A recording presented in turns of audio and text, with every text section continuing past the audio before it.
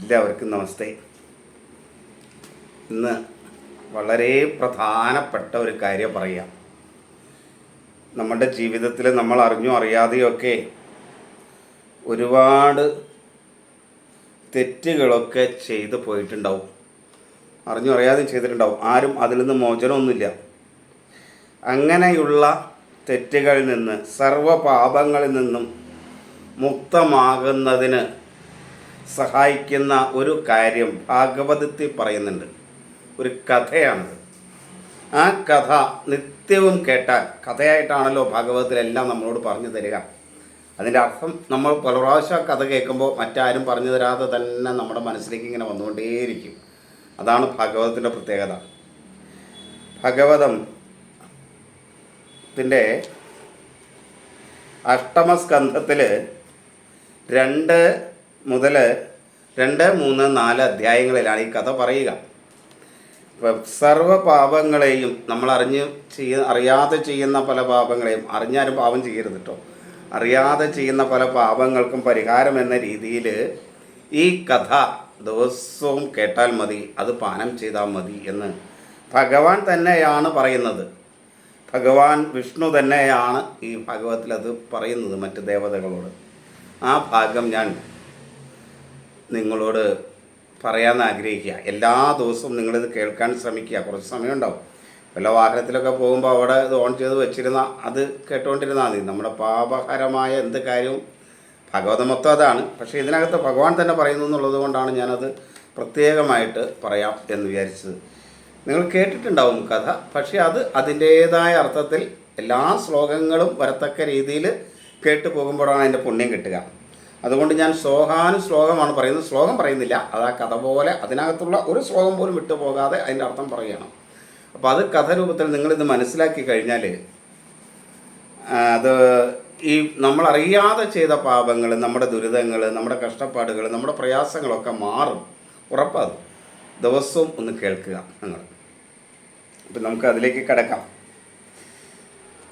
നാരായണായ നമ, നാരായണായ നമ, നാരായണായ നമ, നാരായണായ നമ. ഇതിൽ ശ്രീ ശുഖമുനിയാണ് ഈ കഥ ഗജേന്ദ്രമോക്ഷം പറയുന്നത്. അത് നമുക്ക് വളരെ വിസ്തരിച്ച് നമുക്കൊന്ന് നോക്കാം. അദ്ദേഹം പറയുകയാണ്, രാജാവിനോടാണ് പറയുക, പരീക്ഷിത് രാജാവിനോട്, ഹേ രാജൻ, ക്ഷീരസമുദ്രത്തിലെ ഒരു ദ്വീപിൽ അതിലെ ജലത്താൽ ചുറ്റപ്പെട്ടിരിക്കുന്നതും 10,000 യോജനയോളം ഉയരമുള്ളതും രത്നാദികളിൽ നിന്ന് ഉത്ഭവിച്ചിരിക്കുന്ന അതിശയമായ ശോഭയോടുകൂടിയതുമായ ഒരു സുപ്രസിദ്ധമായ ഒരു പർവ്വത ശ്രേഷ്ഠമുണ്ട്, അല്ലെങ്കിൽ ശ്രേഷ്ഠ പർവ്വതമുണ്ട്. അതിൻ്റെ പേര് ത്രികുടം എന്നാണ്. നമ്മൾ സർവത്തിലും ഈശ്വരനെ കാണുകയാണ്. ആ പർവ്വതത്തിലും ശ്രേഷ്ഠത കാണുകയും അതിൽ ഈശ്വരനെ കാണുകയും ചെയ്യണം. അപ്പോൾ ആ പർവ്വതത്തിനും നമ്മൾ ഭഗവാന്റെ സാന്നിധ്യം കൊടുക്കുന്നുണ്ട് എന്ന് മനസ്സിലാക്കുക. സർവ്വത്തിലും ഭഗവാനുണ്ട് എന്നുള്ള സങ്കല്പത്തിലാണ് നമ്മൾ. അതാണ് ഇത് പറയാൻ തന്നെ കാരണം. അപ്പോൾ നമ്മൾ ആ ത്രികുടം എന്ന സുപ്രസിദ്ധമായ ഒരു പർവ്വത ശ്രേഷ്ഠനുണ്ട് എന്നാണ് പറയുക. ഒരു പർവ്വതമുണ്ട്, ശ്രേഷ്ഠമായ പർവ്വതമാണത്. ആ പർവ്വതത്തിൽ അത്രയ്ക്ക് ശ്രേഷ്ഠത നമ്മളെല്ലാത്തിനെയും, അതുകൊണ്ടാണ് നമ്മൾ ഒന്നിനെയും നശിപ്പിക്കാതിരിക്കുന്നത്, ഒന്നിനെയും ദ്വേഷിക്കാതിരിക്കുന്നതൊക്കെ. ഇതെല്ലാം ഈശ്വരനുണ്ട് എന്ന് കണ്ടുകൊണ്ടാണ്. അത് നമ്മൾ മനസ്സിലാക്കണം. അങ്ങനെ ആ ത്രികുടം എന്ന ഒരു പർവ്വതമുണ്ട്. ആ പർവ്വതം 10,000 യോജന ചുറ്റളവുണ്ട്. ചെറുതൊന്നുമല്ല. വെള്ളി, ഇരുമ്പ്, സ്വർണം തുടങ്ങിയവയുടെ നിറത്തിൽ പ്രകാശിക്കുന്ന 3 ശിഖരങ്ങൾ ഉള്ളതിൽ നിന്നും പുറപ്പെടുന്ന തേജോവിശേഷങ്ങളാൽ ക്ഷീരസമുദ്രത്തെയും അതിൻ്റെ പരിസര പ്രദേശത്തെയും പ്രകാശിപ്പിച്ചുകൊണ്ടാണ് ത്രികുടപർവ്വതം നിൽക്കുന്നത്. അതിനകത്തുള്ള ലോഹങ്ങൾ, സ്വർണം, വെള്ളി, ഇരുമ്പ്, ഇതിൽ നിന്ന് വരുന്ന ആ പ്രകാശം കൊണ്ട് പ്രകാശിച്ച് നിൽക്കുന്ന ആ പർവ്വതം ക്ഷീരസമുദ്രത്തെ, അതിൻ്റെ താഴെയുള്ള ക്ഷീരസമുദ്രത്തെ, അതിൻ്റെ പരിസരങ്ങളെയും പ്രകാശിപ്പിക്കുന്നു. നമ്മുടെ മനസ്സിൽ ആ സമുദ്രത്തെ കാണുക, ആ പർവ്വതത്തെയും ഒന്ന് കാണുക. അവിടെയാണ് നമുക്ക് ഭഗവാന്റെ അനുഗ്രഹം ഉണ്ടാകുന്നത്. നാനാവിധ രത്നങ്ങളും കൊണ്ട് നിറഞ്ഞിരിക്കുന്നതും മറ്റ് പല ശിഖരങ്ങൾ കൊണ്ടും ബഹുവിധ വൃക്ഷങ്ങൾ, വള്ളികൾ, കുടിലുകൾ എന്നിവയാലും പർവ്വത ചെരുവുകളിൽ കൂടി കീഴോട്ടൊഴുകുന്ന നദീജലങ്ങളുടെ മധുര ശബ്ദങ്ങളാലും സകല ദിക്കുകളെയും പ്രകാശിപ്പിച്ചുകൊണ്ട് ആ പർവ്വതം നിൽക്കുന്നു. ആ പർവ്വതം പലവിധ രത്നങ്ങളുടെ ശേഖരമാണ്. അത് നിറഞ്ഞിരിക്കുന്ന അതിൻ്റെ ശിഖരങ്ങൾ ഇങ്ങനെ, രത്നശിഖരങ്ങൾ ഇങ്ങനെ നിൽക്കുന്നു. വള്ളികൾ, വൃക്ഷങ്ങൾ, ഇതെല്ലാം അതിലിങ്ങനെ പർവ്വത ചെരുവുകളുണ്ട്. ആ ചെരുവിലൊക്കെ ഉണ്ട്. അതിലൂടെ തട്ടിത്തഴുകി ഒഴുകുന്ന ആ മധുരങ്ങളെ ശബ്ദങ്ങൾ കൊണ്ട് സകല നദികളെയും പ്രകാശിപ്പിക്കുകയാണ് രത്നം. ആ രത്നം ആ ഒഴുകി വരുന്ന ജലത്തെയും പ്രകാശിപ്പിക്കുന്നു എന്നാണ്. അത്രയ്ക്ക് മനോഹരമാണത്. ആ ഒഴുകി വരുന്ന വെള്ളച്ചാട്ടം പോലെ വരുന്ന ആ ജലം കണ്ടാൽ ആ പർവ്വതം വെള്ളിയാണ്, സർവ്വതം വെള്ളീമുഖമായി തോന്നും. അത്രയ്ക്ക് മനോഹരമാണത്. ആ ക്ഷീരസമുദ്രത്തിലെ തിരമാലകൾ ഈ പർവ്വതത്തിൻ്റെ പ്രാന്തപ്രദേശങ്ങളെ എപ്പോഴും പരിശുദ്ധമാക്കിക്കൊണ്ടിരിക്കുന്നു. ആ തിരമാലകളിൽ കൂടെ കരയ്ക്കടിച്ച് കയറിക്കിടക്കുന്ന പച്ചരത്നങ്ങൾ നിമിത്തം ആ ചുറ്റുപാടും ശ്യാമള വർണ്ണമുള്ളതായി തീർന്നിരിക്കുന്നു. പച്ച കളറിലുള്ള രത്നങ്ങൾ ഉള്ളത് കൊണ്ടൊരു ഇരുണ്ട കളറ് ആ ചുറ്റുപാടും വന്നിരിക്കുന്നു. സമീപ ഭൂമിക്കൊക്കെ വന്നിരിക്കുന്നു. കാരണം അവിടെ പച്ച രത്നങ്ങളാണ് എന്നാണ്. ക്ഷീരസമുദ്രത്തിൽ ആ തിരമാലകൾ അടിച്ചു കയറ്റുന്ന രത്നങ്ങൾ കൊണ്ട് ഈ പർവ്വതത്തിൻ്റെ ചുറ്റുപാടും ഒരു ഇരുണ്ട കളറ്, പച്ച ശ്യാമള വർണ്ണം വന്നിരിക്കുന്നു. പച്ച, ഇരുണ്ട പച്ച വന്നിരിക്കുന്നു എന്നർത്ഥം. ഈ പർവ്വതത്തിൻ്റെ ഗുഹകളിൽ സിദ്ധന്മാരുണ്ട്, ചാരണന്മാരുണ്ട്, ഗന്ധർവന്മാർ, വിദ്യാധരന്മാർ, ഇങ്ങനെ കിന്നരന്മാർ, അപ്സരസുകൾ മുതലായവരൊക്കെ വന്നിരുന്ന് കളിക്കും. അവിടെ ഈ ഭഗവാന്റെ ഇതിൽ വന്നിരുന്ന് ഇവരൊക്കെ കളിക്കും. ഈ പർവ്വതത്തിൽ സമയം പോകാനായിട്ട് ഇവരെല്ലാം വന്നിരിക്കും. അങ്ങനെ വന്നിരിക്കുന്നത് ഈ കിന്നരാദികൾ വന്നിരുന്ന് പാട്ട് പാടും. അവിടെ ഈ ഗന്ധർവന്മാരും വിദ്യാധരന്മാരും കിന്നരാദികളൊക്കെ വന്ന് പാട്ട് പാടുമ്പോൾ ആ നാദങ്ങൾ നിമിത്തം ഗുഹകളിൽ ഒരു പ്രതിധ്വനി ഉണ്ടാകും. ആ പാട്ട് ഗുഹകളിലിരുന്നാണ്, മലയുടെ ആ ആ ഗിരീന്ദ്രൻ്റെ മല ഇതിരുന്നുകൊണ്ടാണ് നമ്മൾ പാട്ടുകൾ പാടുന്നത്. അങ്ങനെ ആ പാട്ടുകൾ ചുറ്റുമുള്ള മലകളിലെ ഗുഹകളിൽ തട്ടി പ്രതിധ്വനിക്കുമ്പോൾ അവിടെ സഞ്ചരിക്കുന്ന സിംഹങ്ങൾ തൻ്റെ ശത്രുക്കൾ ആരെങ്കിലുമാണോ എന്ന ചിന്തയാൽ ഗർജിക്കും. ദേഷ്യത്തോടു കൂടി പ്രതിശബ്ദം പുറപ്പെടുവിക്കുന്നതാണ് എന്ന് പറഞ്ഞ് ഗർജിക്കും. ഇവരുടെ പാട്ടുകൾ കേട്ട്, ഗുഹയിലെ മുഴക്കം കേട്ട് അവിടുത്തെ സിംഹങ്ങളെല്ലാം ഗർജിക്കും. അത്രയ്ക്ക് ഇതാണെന്ന് അർത്ഥം. അവിടെ നാനാവിധത്തിലുള്ള കാട്ടുമൃഗങ്ങളുടെ സംഘങ്ങളാൽ അലങ്കരിക്കപ്പെട്ട ഗുഹകളോടും വിവിധ വൃക്ഷങ്ങളുള്ള ദേവോദ്യാനങ്ങളിലും ഇരുന്ന് മധുരമായി ശബ്ദിക്കുന്ന പക്ഷികളോട് കൂടിയതുമായി ആ ചിത്രകൂട പർവ്വതം. ആ ചിത്രകൂട പർവ്വതം വളരെ മനോഹരമായ ദേവോദ്യാനങ്ങളോട് കൂടിയതാണ്. അതിനകത്ത് വളരെയധികം പക്ഷികളുണ്ട്, പല പല പക്ഷികളുണ്ട്. ആ പക്ഷികളൊക്കെ അതിൽ നിന്ന് ചിലയ്ക്കും. അതേപോലെ മൃഗങ്ങൾ അതിലൂടെ നടക്കുന്നുണ്ട്. നിർമ്മല ജലങ്ങളുള്ള നദികളും തടാകങ്ങളും രത്നം പോലുള്ള മണൽത്തരികളും അടിഞ്ഞു കിടക്കുന്ന തിട്ടുകളും ദേവസ്ത്രീകളുടെ സ്നാനം നിമിത്തം വ്യാപിച്ചിരിക്കുന്ന സുഗന്ധത്തോടു കൂടിയ ജലത്തിൽ തട്ടി വീശുന്ന സൗരഭ്യമുള്ള കാറ്റും ആ പർവ്വതത്തിലുണ്ടായിരുന്നു.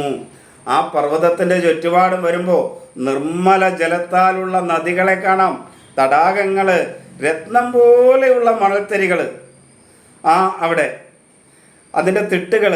ദേവസ്ത്രീകൾ അവിടെ സ്നാനം നടത്തുന്നത് കൊണ്ട് അവിടെ വ്യാപിച്ചിരിക്കുന്ന സുഗന്ധം, അതാ ജലത്തിലിങ്ങനെ തട്ടി വീശുന്ന സൗരഭ്യമുള്ള കാറ്റ് ആ പർവ്വതത്തിൽ ഉണ്ടായിരുന്നു. അപ്പോൾ ആ പർവ്വതത്തിൻ്റെ ചുറ്റും വളരെ സുഗന്ധമായിരുന്നു, മനോഹരമായിരുന്നു.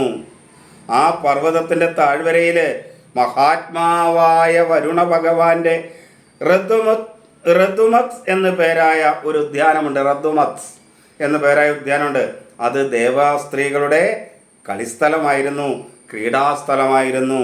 അവിടെ എപ്പോഴും പുഷ്പങ്ങൾ, ഫലങ്ങൾ, അതുപോലെ മന്ദാരം, പാരിജാതം, അശോകം, ചെമ്പകം, പ്ലാവ്, മാവ്, അമ്പഴം, തെങ്ങ്, കവുങ്ങ് തുടങ്ങി മനോഹരങ്ങളായ പൂക്കളും ചന്ദനം, അതേപോലെ അങ്ങനെയുള്ള പൂക്കളും കടുക്ക, നെല്ലിക്ക, ഇങ്ങനെയൊക്കെയുള്ള വൃക്ഷങ്ങളും ഒക്കെ ചേർന്ന് വളരെ മനോഹരമായിരുന്നു ആ ഉദ്യാനം. ആ ഉദ്യാനത്തിൻ്റെ 4 ഭാഗത്തും ഇതൊക്കെ അലങ്കരിക്കപ്പെട്ടിരുന്നു. ആ ഉദ്യാനത്തിൽ പൊൻതാമര വികസിച്ച് നിൽക്കുന്നതും അത്യന്തം വിശാലവുമായ ഒരു തടാകവുമുണ്ട് ഇവിടെ ത്രികുട പർവ്വതത്തിൻ്റെ താഴെ. അവിടെ ആ തടാകത്തിൽ ആമ്പല്, നീലത്താമര തുടങ്ങിയ അനേകം പുഷ്പങ്ങൾ നല്ല ശോഭയോടെ ഉത്കൃഷ്ടമായിട്ട് ഇങ്ങനെ വിരിഞ്ഞു നിൽക്കുന്നു. ആ വിരിഞ്ഞു നിൽക്കുന്ന പൂക്കളിൽ നിന്ന് തേൻ കുടിച്ച് മതിച്ച വണ്ടുകളുടെ ഘോഷത്തോടു കൂടിയ മധുരസ്വരങ്ങളുള്ള മറ്റു പക്ഷികളുടെ നാദങ്ങളാലും അലങ്കരിക്കപ്പെട്ടു. ഈ വണ്ടുകളുടെ ശബ്ദം, അതേപോലെ മനോഹരങ്ങളായ മറ്റു പക്ഷികളും ഈ ശബ്ദം കേട്ട് ആ ത്രികുട പർവ്വതം വളരെ മനോഹരമാക്കിയിരിക്കുകയാണ്. ഇത്ര മനോഹരമാണതെന്ന് മനസ്സിൽ കണ്ടു കഴിഞ്ഞാലല്ലേ. ഹംസം, അതേപോലെ കുളക്കോഴി, ഇങ്ങനെയുള്ള കോഴികളും പക്ഷികളും ഒക്കെ ഇങ്ങനെ പല പല വിധത്തിലുള്ള പക്ഷികളുടെ സമൂഹത്തിൽ നിന്ന് പുറപ്പെടുന്ന ശബ്ദം അവിടെയെല്ലാം ഇങ്ങനെ വ്യാപരിച്ചിട്ടുണ്ട്. അതുപോലെ മത്സ്യ, മാമ എന്നിവയുടെ സഞ്ചാരം കൊണ്ട് ചലിക്കുന്ന ആ താമരകളിൽ നിന്ന് ഉതിർന്നു വീണ പൂമ്പൊടികൾ ജലത്തിന് മീതെ ഇങ്ങനെ പാറിയിരിക്കുന്നു. ജലത്തിന് മുകളിൽ ഇങ്ങനെ താമരയിലെ ആ മഞ്ഞ പൂമുട്ടുണ്ടല്ലോ, ആ പൂമ്പൊടി അതിങ്ങനെ വീണിട്ട് ഇങ്ങനെ നിൽക്കണ കണ്ടാ, വെള്ളത്തിൻ്റെ മുകളിൽ നിൽക്കണ കണ്ടാൽ എന്ത് മനോഹരമാണല്ലേ. അതേപോലെ പല വൃക്ഷങ്ങളും ചെടികളുമെല്ലാം ആ തടാകങ്ങൾക്ക് ചുറ്റും, ആ ത്രികുട പർവ്വതത്തിന് ചുറ്റുമായിട്ട് ഇങ്ങനെ നിന്നിരുന്നു. അതേപോലെ പലതരത്തിലുള്ള പഴങ്ങളുണ്ടാകുന്ന പ്ലാവ്, അതേപോലെ പല പല തരത്തിലുള്ളത് ഒക്കെ അവിടെ ഉണ്ടായിരുന്നു. അങ്ങനെ ഒരുപാട് വൃക്ഷങ്ങൾ, ഫലവൃക്ഷങ്ങൾ നമ്മുടെ മനസ്സിലൊന്ന് സങ്കല്പിച്ച് നോക്കുക. നമുക്കറിയാവുന്ന എല്ലാം അവിടെ ഉണ്ടായിരുന്നു. ആ വൃക്ഷങ്ങളെല്ലാം അങ്ങനെ നിന്ന് നിത്യവും ഫലപുഷ്പങ്ങളാൽ ശോഭിക്കുന്നതുമായ മറ്റു വൃക്ഷങ്ങളാലും അലങ്കരിക്കപ്പെട്ടതാണ് ആ ഋതുമത് എന്ന് പറയുന്ന ആ തടാകം. അവിടെ അങ്ങനെ അതാണ് ത്രികുട പർവ്വതവും ത്രികുട പർവ്വതത്തിൻ്റെ താഴ്വരയിലുള്ള മനോഹരമായ ദൃശ്യങ്ങളും അവിടുത്തെ ഋതുമത് എന്ന തടാകവും ആ തടാകത്തിൻ്റെ മനോഹാരിതയും. ഇത് നമ്മൾ ഒന്ന് മനസ്സിൽ കരുതുക. ഒരല്പസമയം ഒന്ന് കണ്ണടച്ചിരുന്നാൽ ആ സുന്ദരമായ പർവ്വതം, വെള്ളിക്കെട്ടുകൾ, രത്നങ്ങൾ, സ്വർണം ഇതുകൊണ്ടൊക്കെ ഇങ്ങനെ അലങ്കരിച്ച് ആ വൃക്ഷങ്ങളിൽ ആ മലയുടെ ചെരുവിലൂടെ ഇങ്ങനെ ഊർന്ന് വീഴുന്ന നദികൾ, അതിലീ രത്നങ്ങളുടെയൊക്കെ പ്രകാശം അങ്ങോട്ട് തട്ടിയിട്ട് വെട്ടി തിളങ്ങുന്ന മനോഹരമായ കാഴ്ച, അതിൻ്റെ താഴെയുള്ള ക്ഷീരസാഗരം, അതിൻ്റെ രത്നങ്ങളെന്ന് തോന്നിപ്പിക്കുന്ന പരന്ന് കിടക്കുന്ന ആ മണൽ പരപ്പുകൾ, അതിൻ്റെ തൊട്ടടുത്തുള്ള ഋതുമത് എന്ന തടാകം, ആ തടാകത്തിലെ മനോഹരമായ ദൃശ്യങ്ങൾ, ഇത്രയും ഒന്ന് മനസ്സിലേക്ക് ആവാഹിച്ചെടുക്കുക. കുറച്ച് നേരം ഒന്ന് കണ്ണടച്ചിരുന്നാൽ ഇതിങ്ങനെ മനസ്സിലേക്ക് ആവാഹിച്ച് നമുക്ക് കിട്ടും. എത്ര മനോഹരമാണ്, എത്ര സുന്ദരമാണ് ആ വശം. ഒരു നിമിഷം നമുക്ക് അവിടെ ഒന്ന് ഇരിക്കാം. അങ്ങനെ ആ മനോഹരമായ സ്ഥലത്ത് നമ്മുടെ ചുറ്റും കേൾക്കുന്നതെല്ലാം സന്തോഷം കൊണ്ടുള്ളതായിരിക്കണം. നമ്മുടെ മനസ്സ് മറ്റൊന്നിലേക്കും പോകേണ്ടതില്ല. ആ ത്രികുട പർവ്വതവും അതിൻ്റെ ചുറ്റുമുള്ള മനോഹരമായ കാഴ്ചകളിലുമായിട്ട് നമുക്ക് നിൽക്കാം. അങ്ങനെ ആ മനോഹരമായിരിക്കുന്ന പർവ്വതത്തിനകത്ത്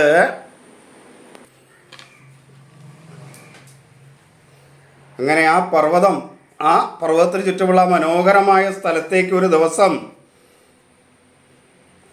അതിലെ കാടുകളിൽ വസിക്കുന്ന ഒരു ഗജശ്രേഷ്ഠൻ, ആ വനത്തിൽ ഉള്ള ഒരു ഗജശ്രേഷ്ഠൻ, ഒരു ആന തൻ്റെ പിടിയാനകളോടും അതേപോലെ തൻ്റെ സുഹൃത്തുക്കളോടും എന്ന് പറഞ്ഞാൽ തൻ്റെ കൂടെയുള്ള ആനകളോടും ഒക്കെ കൂടി മതിച്ച് സഞ്ചരിച്ച് മുളങ്കാടുകൾ, ചൂരൽ വള്ളികൾ, ഇങ്ങനെയൊക്കെ പടർന്ന് പിടിച്ചിരിക്കുന്ന കുടിലുകളെയും മുള്ളുള്ള മരങ്ങളെയും മറ്റും കുത്തി പടർന്ന് വലിച്ച് നശിപ്പിച്ചുകൊണ്ട് അതിലിങ്ങോട്ട് വരികയാണ് ഒരാനക്കൂട്ടം. കുറച്ചൊന്നുമല്ല, ഒരു വലിയ ആനക്കൂട്ടം മതിച്ച് വരികയാണ് അങ്ങോട്ട്. എങ്ങനെയാ നോക്കാം, ആ ഗജേന്ദ്രൻ്റെ ശരീരത്തിൽ തട്ടി വീശുന്ന കാറ്റ് ഏൽക്കുന്നത് കൊണ്ട് തന്നെ സിംഹങ്ങൾ, മറ്റ് ഗജങ്ങൾ, വ്യാഘ്രാദികൾ, വ്യാളമൃഗങ്ങൾ, ഗഡ്ഗങ്ങൾ തുടങ്ങിയുള്ള ജാതികളൊക്കെ, മഹാസർപ്പങ്ങൾ, അതേപോലെ ഗൗരവർണ്ണത്തിലും കൃഷ്ണവർഗത്തിലുമുള്ള മാനുകൾ, ശരഭങ്ങൾ മുതലായവ എല്ലാം തന്നെ പാഞ്ഞു കളയുകയാണ്. മൃഗങ്ങൾക്കൊരു ഗുണമുണ്ട്, വളരെ ദൂരെ നിന്ന് അതിന് ഗന്ധം കിട്ടും. നമ്മളെപ്പോലെയല്ല, നല്ല ഗന്ധം അത് ഉണ്ട്. അത് എന്ത് ശത്രുവിനെയും മണം പിടിക്കും ദൂരേന്ന്. ഈ ആന ഇങ്ങോട്ട് വരുമ്പോൾ ഈ ആനയുടെ ഗന്ധം ഈ ഗജേന്ദ്രൻ്റെ ശരീരത്തിൽ തട്ടിയിട്ട് വീശുന്ന ഗന്ധം ഇങ്ങനെ കാറ്റിലൂടെ വന്നു കഴിയുമ്പോൾ സിംഹങ്ങളും അതേപോലെ പുലി, സിംഹം, അങ്ങനെയുള്ള സംഭവങ്ങളെല്ലാം, അങ്ങനെയുള്ള മൃഗങ്ങളൊക്കെ പേടിച്ച് ദൂരെ ഓടും. മാനുകൾ, പലതരത്തിലുള്ള മാനുകൾ, മൃഗങ്ങളൊക്കെ, ചെന്നായ്ക്കൾ, പന്നികൾ, പോത്തുകൾ, കാളകൾ, മുള്ളം പന്നികൾ, ഇങ്ങനെ ഇതൊക്കെയാണ് ആ കാടുകളിലെ ജീവികൾ. നമുക്ക് പറയാൻ കഴിയുമോ? അങ്ങനെയുള്ളതൊക്കെ ഓടും, ഇവയൊക്കെ പേടിച്ചോടും. മാനുകൾ, മുയലുകളൊക്കെ ഉള്ള ചെറിയ ജീവികളോ അവ ആ ഗജരാജൻ്റെ കണ്ണിൽ പെടാതെ മാറി നിന്ന്, കുറച്ച് ദൂരം മാറി നിന്ന് മേഞ്ഞുകൊണ്ടേയിരിക്കും. കാരണം ഇത് ചെറിയ ജീവികളാണ്, ആന അങ്ങനെ ഉപദ്രവിക്കൊന്നുമില്ല എന്നുള്ളത് കൊണ്ടും അങ്ങനെ ഉപദ്രവിക്കില്ല എന്നറിയുന്നതുകൊണ്ടായിരിക്കാം ചിലപ്പോൾ ഈ മാനും അതേപോലെ ഈ മുയലുകൾ പോലുള്ള ചെറിയ ജീവികൾ അതിൻ്റെ കണ്ണിൽ നിന്ന് മാറി ആ ഗജശ്രേഷ്ഠൻ്റെ അനുഗ്രഹത്താൽ പേടി കൂടാതെ ദൃഷ്ടിയിൽ നിന്ന് മാഞ്ഞ് സുഖമായിട്ട് മേഞ്ഞുകൊണ്ടിരിക്കും. ഈ ഗജാധിപൻ ക്ഷുദ്രജീവികളായ ഇവയെ ഉപദ്രവിക്കില്ലെന്ന് അവയ്ക്ക് മനസ്സിലായതുകൊണ്ടായിരിക്കാം ഈ ഇതിനെയൊക്കെ അങ്ങനെ ഓടി ഒളിക്കും. ഈ ഗജം വെയിലേറ്റ് തളർന്ന്, വെറുതെ വരുന്നല്ല കേട്ടോ ഗജം, മതിച്ച് വരുന്നതാണെങ്കിലും പുള്ളി നല്ല വെയിലത്ത് കുത്തി മറിഞ്ഞ് എല്ലാം അടിച്ച് പൊളിച്ച് സുഖിച്ചിങ്ങോട്ട് വരികയാണ്.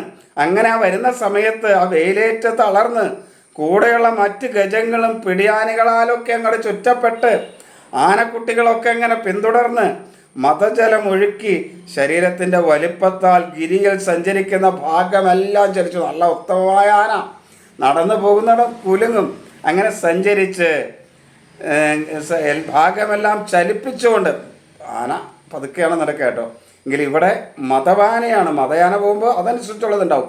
അങ്ങനെ ചലിപ്പിച്ച് ഒഴുകുന്ന മതതലം പാനം ചെയ്യുന്ന വണ്ടം കൂട്ടങ്ങളാൽ ചുറ്റപ്പെട്ട് ആനയുടെ നെറ്റിയിൽ നിന്ന് ഒഴുകി വരുന്ന മതജലത്തെ കുടിക്കാനായിട്ട് കൂടുന്ന വണ്ടികളാൽ ചുറ്റപ്പെട്ട ഇവിടെയാണ് ഈ ആന വരുന്നത്. അപ്പോൾ അതിൻ്റെ ആരോഗ്യം, അതിൻ്റെ മതജലം, അതിലെ ചുറ്റുമുള്ള ആനകൾ, കുഞ്ഞുങ്ങൾ, കുടുംബങ്ങൾ, കൂട്ടും എല്ലാം ഒന്ന് ആലോചിച്ച് നോക്കുക. അങ്ങനെ മതമിളകി വരുന്ന ഒരു ആനക്കൂട്ടത്തിൻ്റെ നേതാവായി ഇവനിങ്ങോട്ട് വരികയാണ്. അങ്ങനെ ചുറ്റപ്പെട്ട് സഞ്ചരിച്ച് അവനിങ്ങനെ വന്നിട്ട് താമരപ്പൂമ്പൊടിയുടെ ഗന്ധത്തോടു കൂടി ആ തടാകത്തിൽ നിന്ന് വീശുന്ന കാറ്റിനെ ദൂരത്തു നിന്ന് മണത്തുകൊണ്ട് മതലഗിരിയിൽ ചലിക്കുന്ന കണ്ണുകളോടുകൂടിയും ദാഹത്താൽ തളർന്നിരിക്കുന്ന ആ സംഘത്തിൽ ചുറ്റപ്പെട്ടുകൊണ്ട് ആ ഗജേന്ദ്രൻ വേഗത്തിൽ ആ തടാകത്തിൻ്റെ സമീപത്തേക്ക് ചെന്നു. ആ ഋതുമ എന്ന തടാകമില്ലേ, ആ മനോഹരമായ തടാകത്തിലേക്ക്, ആ താമരപ്പൂമ്പൊടിയുടെയൊക്കെ ഗന്ധമൊക്കെ ഉള്ള ആ തടാകത്തിൻ്റെ ആ മണമന് ദൂരേന്ന് കിട്ടിയിട്ട് മതിച്ചു കിടക്കുന്ന അവൻ ആ തടാകത്തിൻ്റെ സമീപത്തേക്ക് വേഗത്തിൽ അങ്ങോട്ട് ചെന്നു. ആ തടാകത്തിലേക്ക് അങ്ങോട്ട് ഇറങ്ങി. പൊൻനിറമുള്ള താമരയിൽ നിന്നും ഉതിർന്നു വീണ ധൂളികൾ നിമിത്തം വാസനയുള്ളതും അതിസ്വച്ഛവും അമൃത സമാനവുമായ ജലം തുമ്പിക്കൈ കൊണ്ട് കോരിയെടുത്ത് മതി വരെ കുടിച്ചു. അമൃത സമാനമാണ് ആ ജലം. താമരയിൽ നിന്നൊക്കെ വീഴുന്ന പൊടി കൊണ്ടിങ്ങനെ നിറഞ്ഞ് മനോഹരമായ അമൃത സമാനമായ ജലം തുമ്പിക്കൈ കൊണ്ടെടുത്ത് മതിയാകുന്നോടെ അങ്ങോട്ട് കുടിച്ചു. അതുപോലെ ദേഹത്തെല്ലാം അങ്ങോട്ട് കോരി ഒഴിച്ച് ആ ക്ഷീണമൊക്കെ തീർത്തു. ഈശ്വരമായയാൽ മോഹിതനായിട്ട് ഭാര്യാപുത്രാദികളിൽ കരുണയോടുകൂടിയ ഗൃഹസ്ഥാശ്രമിയെപ്പോലെ പിടിയാനകളാലും ആനക്കുട്ടിയാലും സ്നേഹമുള്ളവനും ദുർമതത്താൽ താൻ നിലതെറ്റീനുമായ ഗജശ്രേഷ്ഠൻ തുമ്പിക്കൈ കൊണ്ട് വെള്ളമെടുത്ത് പിടിയാനകളെയും കുട്ടികളെയും ഒക്കെ പാനം ചെയ്യിപ്പിച്ചു. അവരുടെ ശരീരത്തിലൊക്കെ അങ്ങോട്ട് ഒഴിച്ചു. അങ്ങനെ എല്ലാവരുമായിട്ട് വളരെ ആനന്ദിച്ച് നിൽക്കുകയാണ്, മതിച്ച് നിൽക്കുകയാണ്. തൻ്റെ ഗൃഹസ്ഥാശ്രമികൾ അങ്ങനെയല്ലേ, നമ്മളൊക്കെ അങ്ങനെയല്ലേ, നമ്മൾ മക്കൾക്കൊക്കെ കൊടുക്കൂലേ നമ്മൾ കഴിക്കുന്നതിനേക്കാൾ കൂടുതൽ. അതേപോലെ അവനും ഇതെല്ലാം എടുത്ത് ആ കുഞ്ഞുങ്ങളുടെയും പിടിയാനകളുടെയും ഒക്കെ മേത്തേക്കടെ വെള്ളമൊക്കെ ഒഴിച്ച് അങ്ങോട്ട് ആനന്ദിച്ച് തിമർത്തു. അങ്ങനെ തിമിർത്ത് നിൽക്കുകയാണ് വെള്ളത്തിൽ. ഒന്ന് ആലോചിച്ച് നോക്കൂ, നമ്മളൊന്ന് കണ്ടു നോക്കുക ആ സംഭവം. ആനക്കൂട്ടങ്ങൾ വെള്ളത്തിൽ തിമിർത്ത് നിൽക്കുന്നത് കാണണം. ഹേ രാജ, അവർ പറയണേ, ഹേ രാജൻ, പ്രാരാബ്ധത്തെ അനുസരിച്ച് ചലിക്കുന്ന ദൈവശക്തിയാൽ പ്രേരിതനും അതിബലവാനുമായ ഒരു മുതല ആ തടാകത്തിൽ ആ ഗജേന്ദ്രൻ്റെ കാലിൽ ദേഷ്യത്തോടു കൂടി പിടിച്ചു. പെട്ടെന്ന് ഈ പ്രകാരം ആപത്തിൽപ്പെട്ട ബലവാനായ ഗജം തൻ്റെ ബലമനുസരിച്ച് ആ പിടുത്തം വിടർത്താനും ശ്രമിച്ചു. ഇവിടെയാണ് നമ്മൾ കാണേണ്ടത്. അടിച്ച് പൊളിച്ച് സുഖമായിട്ട് നമ്മളങ്ങോട്ട് ജീവിക്കുകയാണ് അല്ലേ? അടിച്ച് പൊളിച്ച് നമ്മൾ സുഖമായിട്ട് ജീവിക്കുക, മതി പറന്ന് ജീവിക്കുക. നമ്മുടെ ധനത്തിൽ, നമ്മുടെ സുഖത്തിൽ, നമ്മുടെ സന്തോഷത്തിൽ മതി മറന്ന് അങ്ങോട്ട് ജീവിക്കുക. ആ മതിമറക്കലിൻ്റെ ഉച്ച സ്ഥാനത്തെത്തി അഹങ്കാരം അങ്ങനെ അങ്ങോട്ട് നെറുകയിലേക്ക് കയറുമ്പോൾ നമുക്ക് പ്രാരാബ്ധമായി ഉണ്ടായ ചില കർമ്മങ്ങളുണ്ട്. അത് നമ്മളെ ബാധിക്കും, ഈ മുതല പോലെ ബാധിക്കും. ഓരോ മനുഷ്യനും അറിഞ്ഞിരിക്കേണ്ട കാര്യമാണ്, അമിതമായ ആനന്ദത്തിനൊരു സ്ഥാനവുമില്ല. ഈ ഭൂമിയിൽ ഭഗവാൻ തന്നിട്ടുള്ളതും ഭഗവാന്റേതല്ലാത്തതായിട്ടുള്ളതുമായതൊന്നുമില്ല. അതിൽ നിന്ന് നമുക്ക് നമ്മുടെ പ്രാരാബ്ധ കർമ്മം കൊണ്ട് അനുഭവിക്കാൻ യോഗമുള്ളതെടുത്ത് അനുഭവിക്കുമ്പോൾ ആ സുഖത്തിൽ നമ്മൾ മതി മറന്നു പോകരുത്. എല്ലാം എൻ്റേതാണ് എന്ന് വിചാരിക്കരുത്. ഇതെല്ലാം എനിക്കുള്ളതാണ് എന്ന് വിചാരിക്കരുത്. ഈ നിമിഷം പോലും നമുക്കുള്ളതാണെന്ന് പറയാൻ കെൽപ്പില്ലാത്തവരാണ് നമ്മൾ എന്ന ബോധം ഉണ്ടാവണം. നമുക്ക് എന്തുണ്ടായാലും ഉള്ളതും ഇല്ലാത്തതുമെല്ലാം ഭഗവാൻ തരുന്നതാണ്, നമ്മുടേതൊന്നുമല്ലെന്ന് വിചാരിക്കണം. കാരണം നമ്മുടെ പ്രാരാബ്ധ കർമ്മം തീരുമാനിച്ച് ഒരു നിമിഷം കൊണ്ടെല്ലാം നശിപ്പിക്കാൻ ആ ഭഗവാൻ മതി. അനുഭവത്തിൽ എത്രയോ ഉദാഹരണങ്ങൾ ജീവിതത്തിലുണ്ടാവും. ഇത് കേൾക്കുന്ന ഓരോ വ്യക്തികൾക്കും എത്ര ഉദാഹരണങ്ങൾ ഇതിൻ്റെ അടിയിൽ കമൻ്റായിട്ട് ചെയ്യാനുണ്ടാവും. ചെയ്യുക നിങ്ങൾ ഇതിനിടയിൽ കമൻ്റായിട്ട് തന്നെ ചെയ്യുക. നിങ്ങളുടെ അനുഭവങ്ങൾ, നിങ്ങളുടെ ജീവിതങ്ങൾ, നിങ്ങളുടെ ചുറ്റുപാടുള്ള ജീവിതങ്ങളൊക്കെ കമൻ്റായിട്ട് ചെയ്യുക. അഹങ്കരിച്ചിട്ട് ഒരു കാര്യവുമില്ല. അങ്ങനെ അഹങ്കരിച്ച് മതിച്ച് നടന്നപ്പോഴാണ് ആ പ്രാരാബ്ധമാകുന്ന കർമ്മം മുതല രൂപത്തിൽ ഗജേന്ദ്രനെ പിടിച്ച് നമ്മളാണിത്. ഈ ആന എന്ന് പറയുന്നത് നമ്മൾ ഓരോരുത്തരുമാണെന്ന് സങ്കല്പിക്കുക. അപ്പോൾ നമ്മൾ ഈ ആനയുടെ ആ മതാവസ്ഥ കണ്ടിട്ട് നമ്മളെ ഒന്ന് താരതമ്യം ചെയ്യുക. അറിയാതെ താരതമ്യം ചെയ്യുക, കണ്ണടച്ചിരുന്ന് കുറേ നേരം താരതമ്യം ചെയ്യുക. ഇത് കേട്ട് കഴിഞ്ഞിട്ട് അങ്ങനെ താരതമ്യം ചെയ്തിട്ട് അങ്ങനെ പ്രേരിതമായിരിക്കുന്ന മുതല ദേഷ്യത്തോടു കൂടി പെട്ടെന്ന് ഈ പ്രകാരം ബലവാനായ ഗജവും തൻ്റെ ബലമനുസരിച്ച് ആ പിടുത്തം വിടർത്താൻ വേണ്ടി അങ്ങോട്ട് ശ്രമിച്ചു. വളരെ പിടുത്തം വിടാൻ വേണ്ടി അങ്ങോട്ട് ഇങ്ങോട്ടൊക്കെ വലിച്ചു. അതിശക്തനായ മുതല ബലത്തോടുകൂടി വലിക്കുന്നതിനാൽ ദുഃഖിതനായിരിക്കുന്ന ആ സംഘാധിപനെ നോക്കി ദുഃഖിതകളായ പിടിയാനകൾ ഉച്ചത്തിൽ നിലവിളിക്കാൻ മാത്രം ചെയ്തു. അല്ലാണ്ട് എന്താ ചെയ്യുക? വെറുതെ നിലവിളിച്ചു. കൂടെ നിന്നവരും ആ ദുഃഖത്തിൽ നിലവിളിച്ചു, പ്രാരാബ്ധം അനുഭവിച്ചു. പിൻഭാഗത്തുനിന്ന് സഹായിക്കുന്ന മറ്റ് ഗജങ്ങൾ ഈ ഗജത്തെ അതിൻ്റെ പിടിയിൽ നിന്ന് വിടർത്താൻ കഴിഞ്ഞില്ല. മുൻകാൽ പിടിച്ചിരിക്കുന്നതുകൊണ്ട് അതിനെ പിടിച്ചു വലിക്കാനൊക്കെ ശ്രമിച്ചെങ്കിലും എല്ലാ ആനകളും കൂടെ പിടിച്ച് വലിച്ചിട്ടും ആ പ്രാരാബ്ധ കർമ്മം വിട്ടുപോയില്ല. പ്രാരാബ്ധ കർമ്മമാണ് മുതല. നമ്മൾ നല്ല സുഖത്തോടെ നമ്മൾ നടക്കുമ്പോൾ നമ്മുടെ കൂടെ ഒരുപാട് പേരുണ്ടാവുകയും ചുറ്റുപാടും നമ്മളെ പൊക്കി വിടാൻ, നീ ചെയ്യുന്നതാണ് ശരി, എന്ത് തെറ്റ് ചെയ്താലും തെറ്റേ അല്ലാതെ അതൊക്കെ ശരി, അങ്ങോട്ട് ചെയ്തോ എന്ന് പറയാൻ ഒരുപാട് ആളുകൾ നമ്മുടെ കൂടെ ഉണ്ടാവും. മതിച്ച് കിടക്കുന്ന നമ്മുടെ കൂടെ ഒരുപാട് പേരുണ്ടാവും. പക്ഷേ നമ്മുടെ പ്രാരാബ്ധമാകുന്ന ദുരിതം നമ്മളെ പിടികൂടിയാൽ പിന്നെ ഈ കൂടെ നോക്കി നിന്ന് ദുഃഖിതകളായ പിടിയാനകൾ ഉച്ചത്തിൽ നിലവിളിക്കുന്ന പോലെ അവരും കുറേ നിലവിളിക്കും. അത്രയേ ഉള്ളൂ, പിന്നെ ഒന്നുമില്ല. അവരവരുടെ വഴിക്ക് നിലവിളിക്കുക മാത്രം ചെയ്തു. പിൻഭാഗത്തുനിന്ന് ആനകൾ പിടിച്ചു വലിക്കാൻ കയറ്റിയിട്ടും ആ പ്രാരാബ്ധ കർമ്മത്തിൽ നിന്ന് രക്ഷപ്പെട്ടില്ല. ആരൊക്കെ ആ സമയത്ത് നമ്മളെ സഹായിക്കണമെന്ന് ആഗ്രഹിച്ചാലും നമ്മുടെ പ്രാരാബ്ധ കർമ്മമാണ് നമ്മളെ ഒഴുങ്ങുന്നതെങ്കിൽ ആർക്കും സഹായിക്കാൻ കഴിയില്ല. ഒരാൾക്ക് സഹായിക്കാൻ കഴിയൂ, നമ്മുടെ ഭഗവാന് മാത്രം. വേറെ ആർക്കും പറ്റില്ല, ഭഗവാന് മാത്രമേ പറ്റൂ. വേറെ ആരും നമ്മെ സഹായിക്കില്ല. മനസ്സിലാക്കുക, ഭഗവാന് മാത്രമേ പറ്റൂ, വേറെ ആർക്കും പറ്റില്ല.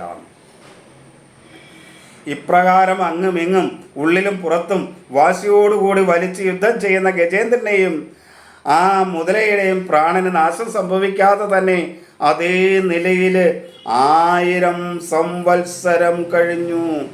ഇത് കണ്ട് ദേവതകൾ പോലും ആശ്ചര്യപ്പെട്ടു. 1000 സംവത്സരത്തെ യുദ്ധം. ഒരു ദിവസം മനോദുഃഖം അനുഭവിക്കാൻ കഴിയില്ലാത്തവരാണ് നമ്മൾ.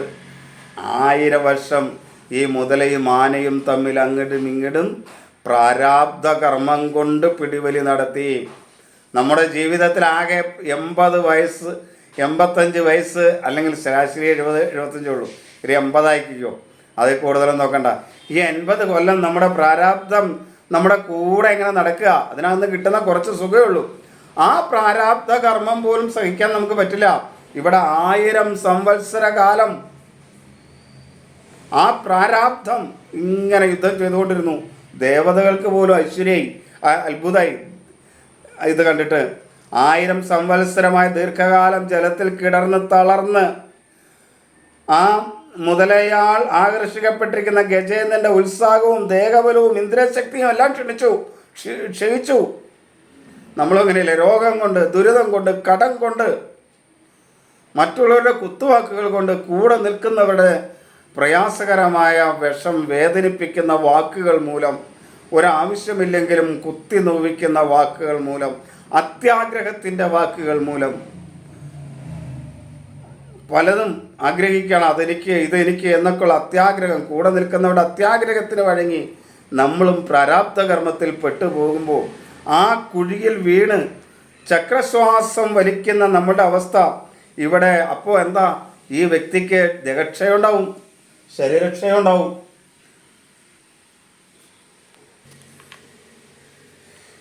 അങ്ങനെ ആ പ്രാരാബ്ധ കർമ്മത്തിൽപ്പെട്ട് ഈ ഗജേന്ദ്രൻ അങ്ങോട്ട് ക്ഷീണിച്ചു, ഇന്ദ്രിയശക്തി ഒക്കെ നശിച്ചു. ഇതൊക്കെ ഈ പ്രാരാബ്ധ കർമ്മത്തിൽപ്പെട്ട ഗജേന്ദ്രൻ നമ്മളുടെ ഓരോരുത്തരും ജീവിത ഭാഗമായിട്ട് നമ്മൾ കരുതുക, നമ്മൾ അനുഭവപ്പെടുന്ന പ്രാരാബ്ധ കർമ്മത്തിൻ്റെ ഭാഗമായിട്ട് നമ്മൾ നനയ്ക്കുക. അങ്ങനെ ആ പ്രാരാബ്ധ കർമ്മങ്ങളിലെല്ലാം ക്ഷയിച്ചപ്പോൾ ഈ പ്രാരാബ്ധ കർമ്മമാകുന്ന മുതലയോ അത് അതിൻ്റെ സ്വസ്ഥാനത്ത് നിന്നാണ് ഇതൊക്കെ ചെയ്യുന്നത്. അതുകൊണ്ട് ദോഷമുണ്ടായില്ല, ബുദ്ധിമുട്ടുണ്ടായില്ല, പ്രയാസം ഉണ്ടായില്ല. അതങ്ങോട്ട് നന്നാവുകയത്. കാരണം അതിൻ്റെ സ്വസ്ഥാനത്താണ് പ്രാരാബ്ധ കർമ്മം, അതിൻ്റെ സ്വസ്ഥാനത്താണ്. പക്ഷെ നമ്മുടെ ശരീരമൊക്കെ ക്ഷയിക്കും, ശക്തി ക്ഷയിക്കും ഈ പ്രാരാബ്ധ കർമ്മം വരുമ്പോഴേ.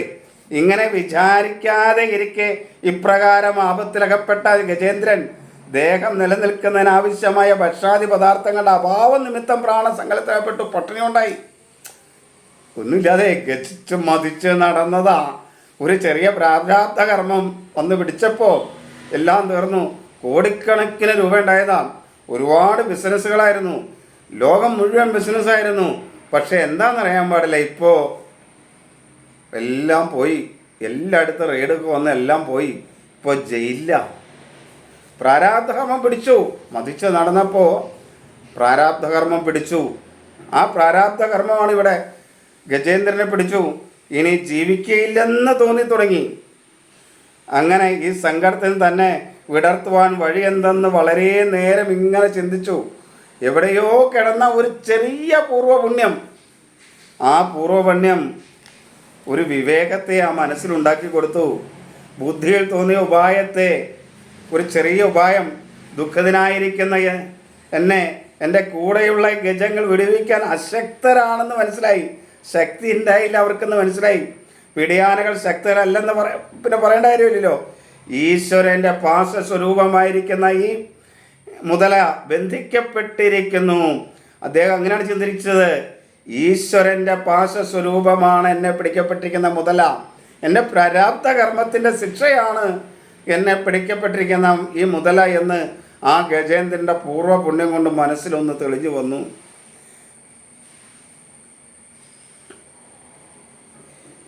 ഈശ്വരൻ്റെ പാശസ്വരൂപമായിരിക്കുന്ന ഈ ഗ്രാഹത്താൽ ബന്ധിക്കപ്പെട്ടിരിക്കുന്നു.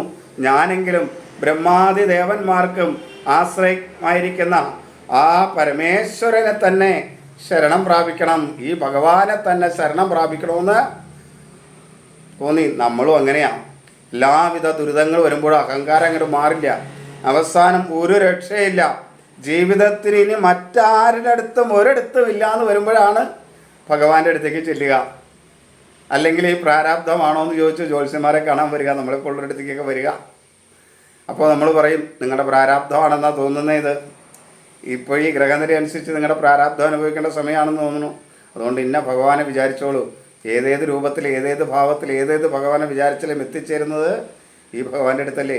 അതുകൊണ്ട് നിങ്ങൾക്ക് ഇഷ്ടമുള്ള ഇഷ്ടദേവതയെ ഏതാണെന്ന് കണ്ടെത്തി ജാതകത്തിൽ നിന്നൊക്കെ കണ്ടെത്തിയിട്ട് അതിനെ അങ്ങോട്ട് ഭജിച്ചോളാൻ പറയും. കാരണം എളുപ്പത്തിൽ ജാതക ഫലം അനുസരിച്ച് പൂർവ്വജന്മത്തിൽ ആരാധിച്ചിരുന്നത് ഏതെന്ന് കണ്ടെത്തുകയാണ്.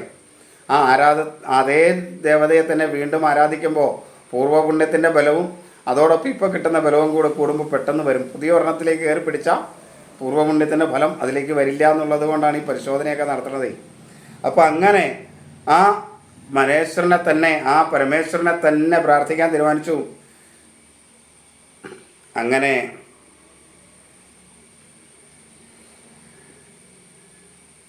അദ്ദേഹം പ്രാർത്ഥിക്കാൻ തുടങ്ങുകയാണ്. പ്രചണ്ഡ വേഗത്തോടുകൂടി എങ്ങും സഞ്ചരിക്കുന്ന ബലവാനായ അന്തകനാകുന്ന സർപ്പത്തിൽ നിന്ന് ഭയപ്പെട്ട് ശരണം പ്രാപിക്കുന്ന ജനത്തെ യാതൊരു ഈശ്വരനാണോ മൃത്യുഭീതിയിൽ നിന്ന് വിടർത്തി മോക്ഷം കൊടുക്കുന്നത്, യാതൊരു ഈശ്വരൻ എന്നുള്ള ഭയനിമിത്തമാണോ അന്തകൻ സർവപ്രാണികളുടെയും നാശം വരുത്തുന്നതായ സ്വപ്രവൃത്തി യഥാകാലം നടത്തുന്നത്, ആ ഈശ്വരനെ ഞാൻ ശരണം പ്രാപിക്കുന്നു. ഏതൊരു ഈശ്വരൻ്റെ ഭയം കൊണ്ടാണോ അന്തകൻ ഈ ഭൂമിയിൽ എല്ലാത്തിനെയും നാശം വരുത്തുന്നത്, സർവ്വപ്രാണികളെയും നാശം വരുത്തുന്നതായ സ്വപ്രവൃത്തി ചെയ്യുന്നത്, എല്ലാത്തിനെയും ഇവിടെ നിന്ന് അങ്ങനെ വിളിക്കണമല്ലോ കാലന്. ആ കാലൻ അങ്ങനെ എല്ലാത്തിനെയും കൃത്യസമയത്ത് വിളിക്കുന്നത് ഭഗവാനോടുള്ള ഭയം കൊണ്ടാണ്. ഭഗവാനോടുള്ള ഭയം കൊണ്ടാണ്. ആ ഭയം ഏതൊരു ദേവനോടുള്ള ഭയം കൊണ്ടാണോ അന്തകൻ സർവ്വപ്രാണികളെയും നാശം വരുത്തുന്നതായ തൻ്റെ സ്വപ്രവൃത്തി യഥാകാലം നടത്തുന്നത്, ആ ഈശ്വരനെ ഞാൻ ശരണം പ്രാപിക്കുന്നു. കാലൻ പോലും ഭയപ്പെടുന്ന ആ ഈശ്വരനെ ഞാൻ ശരണം പ്രാപിക്കുന്നു. കാരണം അന്തകൻ പോലും ഈശ്വരനെ ഭയപ്പെട്ടിട്ടാണ് സ്വപ്രവൃത്തി നടത്തുന്നത്. നമ്മൾ നല്ല രീതിയിൽ നടക്കുന്നത് എന്തുകൊണ്ടാണ്? നിയമത്തെ പേടിയുള്ളതുകൊണ്ടാണ്, നിയമപരമായ ശിക്ഷയേക്കുമെന്നുള്ളത് കൊണ്ടാണ്. സമൂഹത്തിൽ മാനക്കേട് എന്നൊരവസ്ഥ ഉണ്ടാക്കിയെടുത്ത് വച്ചിട്ടുള്ള ഒരു നിയമസംഹിതകളുള്ളത് കൊണ്ടാണ്. മറ്റുള്ളവരറിഞ്ഞാൽ നമുക്ക് എങ്ങനെയൊക്കെ തോന്നും എന്നൊരു തോന്നലുള്ളത് കൊണ്ടാണ്. ഈ നിയമങ്ങളും കാര്യങ്ങളും ഒന്നും ഇല്ലെങ്കിൽ എങ്ങനെയാകുമായിരുന്നു? അപ്പോൾ ഒരു പുതിയ ചട്ടക്കൂടിനുള്ളിൽ നമ്മൾ സ്വസ്ഥമായി ജീവിക്കുകയാണ്. എന്തുകൊണ്ട്? ഈ നിയമങ്ങളൊക്കെ അടിസ്ഥാനപ്പെടുത്തി. അതുകൊണ്ടാണ് ഇവിടെയും ആ ഭഗവാൻ സർവചരാചരങ്ങളെയും കാണുന്ന ആ ഭഗവാനെ പേടിച്ചിട്ടാണ് അന്തകൻ പോലും ആ സ്വപ്രവൃത്തി നടത്തുന്നത്. അതുകൊണ്ട് ഈ ലോകം തന്നെ ആരെ ആശ്രയിച്ചും ഭയപ്പെട്ടും മര്യാദയെ അതിക്രമിക്കാതിരിക്കുന്നവോ ആ ദേവനെ തന്നെ ഞാൻ ശരണം പ്രാപിക്കുന്നു.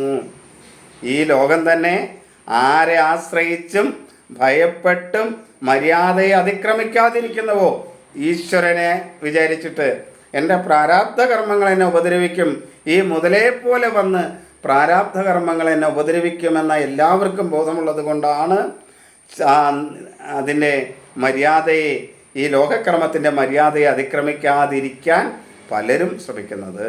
ആ ഭഗവാനെ തന്നെ ഞാൻ ശരണം പ്രാപിക്കുന്നു എന്ന് പറഞ്ഞ് ഞാൻ ഓരോ ശ്ലോകവും ഒട്ടും കളയാതെ പറയുന്നത് എന്തുകൊണ്ടാണെന്ന് വെച്ചാൽ ഇത് വായിക്കുന്നവർക്ക്, ഇത് കേൾക്കുന്നവർക്ക് ആ പുണ്യം പൂർണ്ണമായും കിട്ടാനാണ് കേട്ടോ. അങ്ങനെ ജന്മാന്തര വാസന നിമിത്തം ശ്രീഹരിയെ സ്മരിച്ച ഗജേന്ദ്രന് ഹരികാരുണ്യ കടാക്ഷത്താൽ അഭീഷ്ടം സാധിച്ച കാര്യം നമ്മളങ്ങോട്ട് കേൾക്കുകയാണ്. അപ്പോൾ ത്രികുടത്തെ എന്തിനാണ് നമ്മൾ കേട്ടതെന്ന് വെച്ചാൽ ഈ ത്രികുട പർവ്വതത്തെ സ്മരിക്കണം ദിവസവും, അപ്പോഴാണ് മോക്ഷം നമുക്കും കിട്ടുക എന്നാണ്.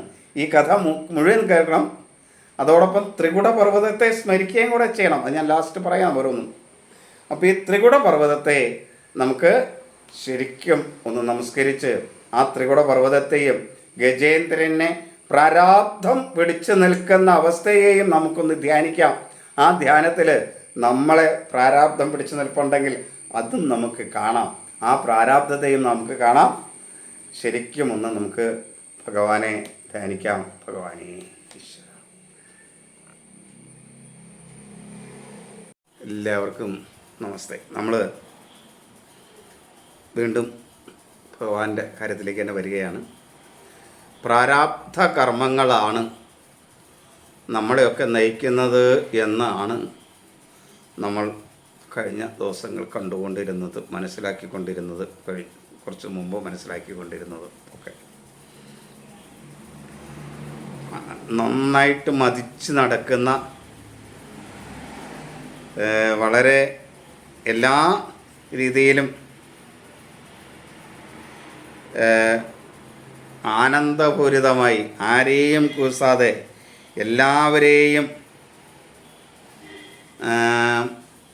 ഇഷ്ടംപോലെ മരങ്ങളൊക്കെ തല്ലിപ്പൊളിച്ച് ചവിട്ടിക്കൂട്ടി കുത്തിപ്പൊളിച്ച് ആനന്ദസ്വരൂപനായി നടക്കുന്ന ആ ഗജേന്ദ്രന് അവസാനം അവൻ്റെ പ്രാരാബ്ധ കർമ്മം അവനിൽ വന്നുപെട്ടു. അവൻ്റെ പൂർവ ജന്മവുമായി ബന്ധപ്പെട്ട ദുരിതങ്ങൾ അവനിൽ വന്നുപെട്ടു. അല്ലെങ്കിൽ പൂർവകർമ്മവുമായി ബന്ധപ്പെട്ട ദുരിതങ്ങൾ അവനിൽ വന്നുപെട്ടു.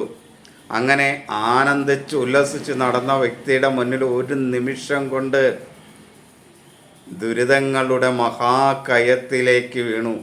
ആത്മാവിന് പോലും ബലമില്ലാത്ത രീതിയിലേക്ക് വീണതാണ് നമ്മൾ കണ്ടത് അല്ലേ. അങ്ങനെ കണ്ടു നിൽക്കുമ്പോൾ അത്രയേറെ ദുരിതങ്ങൾ, പ്രയാസങ്ങൾ, വേദനകൾ അനുഭവിച്ചു കൊണ്ടിരിക്കുകയാണ് ഗജേന്ദ്രൻ. ആ ഗജേന്ദ്രൻ എന്ന് പറയുന്നത് ഈ ഭൂമിയിൽ ദുരിതങ്ങൾ അനുഭവിക്കുന്ന എല്ലാവരുടെയും ഒരു പ്രതിനിധിയാണ്. ഭഗവതം ഓരോ കഥകൾ പറയുന്നതും നമ്മളുടെ ജീവിതത്തെ ബന്ധപ്പെടുത്തിക്കൊണ്ടാണ്, നമ്മളെ ബന്ധപ്പെടുത്തിക്കൊണ്ടാണ്.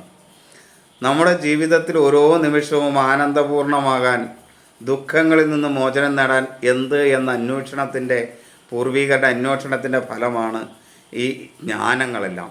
ഋഷീശ്വരന്മാരുടെ അന്വേഷണത്തിൻ്റെ ഫലമാണ് ഈ ജ്ഞാനം. ഈ ജ്ഞാനമാണ് നമുക്ക് നൽകുന്നത്. ആ ജ്ഞാനത്തിലൂടെ നമ്മൾ ബോധ്യമാകും, നമുക്ക് ഈ ഭൂമിയിൽ ജനിച്ചിട്ടുണ്ടെങ്കിൽ ദുരിതങ്ങളുണ്ടാവും, പ്രയാസങ്ങളുണ്ടാവും. അപ്പോൾ ഈ ഭൂമിയിൽ ജനിക്കാതിരിക്കാനാണ് നമ്മൾ ശ്രമിക്കേണ്ടത്. അതിന് ഭഗവാന്റെ അടുത്തേക്ക് ചെല്ലണം, അതിന് മോക്ഷം നേടണം, അതിന് കർമ്മഗുണമുണ്ടാകണം. ഈ കർമ്മഗുണത്തിന് വേണ്ടിയാണ് നമ്മൾ ചെയ്യുന്നത്. ആ കർമ്മഗുണക്ഷയം ഉണ്ടാകുമ്പോൾ നമുക്ക് ദുരിതങ്ങൾ ഉണ്ടാവുക. നല്ല ഇത് വരുമ്പോൾ നമ്മളിവിടെ സുന്ദരമായി ആനന്ദപൂർവ്വം ആർത്തുല്ലസ് ജീവിക്കും. കർമ്മക്ഷയം വരുന്ന കാലഘട്ടത്തിൽ, അല്ലെങ്കിൽ മുൻകാല കർമ്മക്ഷയങ്ങളുടെ ഫലം അനുഭവിക്കുന്ന ഘട്ടത്തിൽ മുതലകളായി പല ദുരിതങ്ങളായി നമുക്ക് വരും. അതുകൊണ്ട് നമ്മൾ പ്രാരാബ്ധ കർമ്മത്തെ ഒടിച്ചു മാറ്റാനൊന്നും കഴിയില്ല, കുറച്ചൊക്കെ അനുഭവിക്കണം. ഗജേന്ദ്രൻ അനുഭവിച്ചതുപോലെ ശരിക്കും പിടിച്ചു വലിക്കും. ഗജേന്ദ്രനെ മുതല പിടിച്ചു വലിച്ചതുപോലെ നമ്മളെ ഈ പ്രാരാബ്ധ കർമ്മം നമ്മളെയും പിടിച്ചു വലിക്കും. അങ്ങനെ പിടിച്ചു വലിക്കുമ്പോൾ അല്പമെങ്കിലും പൂർവ്വപുണ്യം നമുക്കുണ്ടെങ്കിൽ ഭഗവാന്റെ ഓർമ്മ വരും. അങ്ങനെ പൂർവ്വപുണ്യം ഉണ്ടെങ്കിലേ അത് ഓർമ്മ വരാനും ഈ പറയുന്ന കാര്യങ്ങളും കേൾക്കാനും നമുക്ക് പറ്റൂ. ഇത് ആദ്യം ഇനി നമ്മൾ പറയുന്നത് ആ ഗജേന്ദ്രൻ്റെ പ്രാർത്ഥനയാണ്. അതുപോലെ നമ്മൾ പ്രാർത്ഥിക്കണം. ഗജേന്ദ്രൻ്റെ പ്രാർത്ഥനയിൽ ഗജേന്ദ്രൻ ഭഗവാനെ കാണുന്നത് എങ്ങനെയാണെന്നറിയോ? ആ പറയുന്നത്, ആ ഗജേന്ദ്രൻ ഭഗവാനെ കാണുന്നതിലൂടെ നമുക്ക് നൽകുന്നത് ഭഗവാനെ ഇതേ രൂപത്തിൽ നമ്മൾ ധരിക്കണമെന്നാണ്. ഭഗവാനെ ഇതേ അർത്ഥത്തിൽ നമ്മൾ ധരിക്കണമെന്നാണ്. ഇതേ രൂപത്തിൽ, ഇതേ അർത്ഥത്തിൽ നമ്മൾ മനസ്സിലാക്കണമെന്നാണ്. ഭഗവാൻ എങ്ങനെയാണെന്നാണ് ഗജേന്ദ്ര മോക്ഷത്തിലൂടെ നമുക്ക് മനസ്സിലാക്കി തരുന്നത്. ഈ ഗജേന്ദ്രൻ്റെ കഥയിലൂടെ നമുക്ക് മനസ്സിലാക്കി തരുന്നത് ആ ഭഗവാനെ നമ്മൾ അതേ രീതിയിലേക്ക് സ്വീകരിക്കണം. നമുക്ക് ആ ഭഗവാൻ എങ്ങനെയാണ് ഗജേന്ദ്രൻ്റെ പ്രാർത്ഥനയിലൂടെ ആ ഭഗവാനെ നമുക്ക് നന്നായിട്ട് കാണാം. എന്നിട്ട് അതുപോലെ നമുക്കും പ്രാർത്ഥിക്കാം. അങ്ങനെ പ്രാർത്ഥിക്കുമ്പോൾ നമ്മുടെ പ്രാരാബ്ധ കർമ്മം നമ്മുടെയും മാറും. ഗജേന്ദ്രൻ്റെ മാറുന്നത് പോലെ നമ്മുടെയും പ്രാരാബ്ധ കർമ്മം മാറും. നമുക്ക് തുടങ്ങാം, പ്രാർത്ഥിക്കാം. ശ്ലോകമല്ല കേട്ടോ, എൻ്റെ അർത്ഥങ്ങളാണ് പറയുന്നത്. അത് മനസ്സിലാക്കി നമ്മൾ അതിങ്ങനെ കേട്ടുകൊണ്ടിരുന്നാൽ മതി. ഒരു പ്രാവശ്യമല്ല, പല പ്രാവശ്യം കേൾക്കുമ്പോൾ നമ്മുടെ മനസ്സിലേക്ക് ഈ പ്രാരാബ്ധ കർമ്മങ്ങളുടെ, ദുരിതങ്ങളുടെ ശക്തി കുറഞ്ഞു കുറഞ്ഞു വരുന്നത് അനുഭവത്തിലൂടെ നിങ്ങൾക്ക് ബോധ്യപ്പെടും. ഒരു സംശയം വേണ്ട കാര്യത്തിൽ അനുഭവപ്പെടുക തന്നെ ചെയ്യും. അപ്പോൾ അങ്ങനെ ജന്മാന്തര വാസന നിമിത്തം ആ പ്രാരാബ്ധ കർമ്മത്തിൽപ്പെട്ട ഗജേന്ദ്രൻ ശ്രീഹരിയെ സ്മരിച്ചു. ഗജേന്ദ്രന് ഹരികാരുണ്യ കടാക്ഷത്താൽ ആ ചിന്തയുണ്ടായി. അപ്പം ഭഗവാന്റെ ചിന്ത ഉണ്ടാകണമെങ്കിൽ പോലും ഭഗവാന്റെ അനുഗ്രഹം വേണമെന്നാണ് പറയുക. ഒരു ജന്മത്തിൽ ഭഗവാനെ സേവിച്ചിട്ട് യോഗഭ്രംശം നിമിത്തം കൈവല്യം പ്രാപിക്കാൻ സംഗതി വരാതെ വീണ്ടും ജനിക്കേണ്ടി വരുന്നതാണ് ഭഗവാന്റെ അടുത്തേക്ക് ചെല്ലാൻ കഴിയാതിരിക്കുന്നതുകൊണ്ട്. ഓരോ ജന്മത്തിൽ, ഈ ജന്മത്തിൽ നമ്മൾ ഭഗവാനെ സ്മരിക്കുക, മുജ്ജന്മത്തിൽ നമ്മൾ ഭഗവാനെ സ്മരിച്ചിട്ടുണ്ടാവും ഏതെങ്കിലുമൊക്കെ രൂപത്തിൽ. അതുകൊണ്ടാണ് നമുക്ക് ഈ രൂപത്തിലെങ്കിലും ഭഗവാനെ സ്മരിക്കാനുള്ള ഒരു യോഗം ഭഗവാൻ നമുക്ക്, അനുഗ്രഹം നമുക്ക് ഭഗവാൻ തന്നത്. ഒരു ജന്മത്തിൽ ഭഗവാനെ സേവിച്ചിട്ട് യോഗഭ്രംശം നിമിത്തം, നമ്മൾ ചെയ്ത ആചരണങ്ങൾ കറക്റ്റ് ആവാത്തത് നിമിത്തം, യോഗത്തിന് ഭ്രംശം അല്ലെങ്കിൽ ആ ഭഗവാന്റെ പ്രാർത്ഥനയോടുള്ള ഭ്രംശം നിമിത്തം കൈവല്യം പ്രാപിക്കാൻ സംഗതി വരാതെ, മോക്ഷം പ്രാപിക്കാൻ കഴിയാതെ വീണ്ടും ജനിക്കേണ്ടി വന്നാൽ പൂർവജന്മത്തിൽ അഭ്യസിച്ച ബുദ്ധിയോഗം ഈ ജന്മത്തിൽ വാസനാരൂപത്തിൽ വിളങ്ങും. ആ വാസനാരൂപത്തിൽ വിളങ്ങും പരമസിദ്ധിക്കായിക്കൊണ്ട് പിന്നെയും ആ വാസന നമ്മെ അല്പാൽപമായിട്ട് പ്രേരിപ്പിച്ചുകൊണ്ടേയിരിക്കും. അങ്ങനെ ഉള്ള ഒരു പുണ്യം ആ ഗജേന്ദ്രൻ എന്ന് പറയുന്ന ആനയിൽ ഉണ്ടായത് കൊണ്ടാണ് അവശനാണെന്നിരിക്കലും പൂർവവാസന വിട്ടൊഴിയാത്തത് കൊണ്ടാണ് ഇങ്ങനെ ഗജേന്ദ്രന് ഹരിസ്മരണ ഉണ്ടായതും ഭഗവാനെ ഇങ്ങനെ പ്രാർത്ഥിച്ചതും. നമുക്ക് നോക്കാം. ഭഗവാനെ പ്രാർത്ഥിക്കുകയാണ്.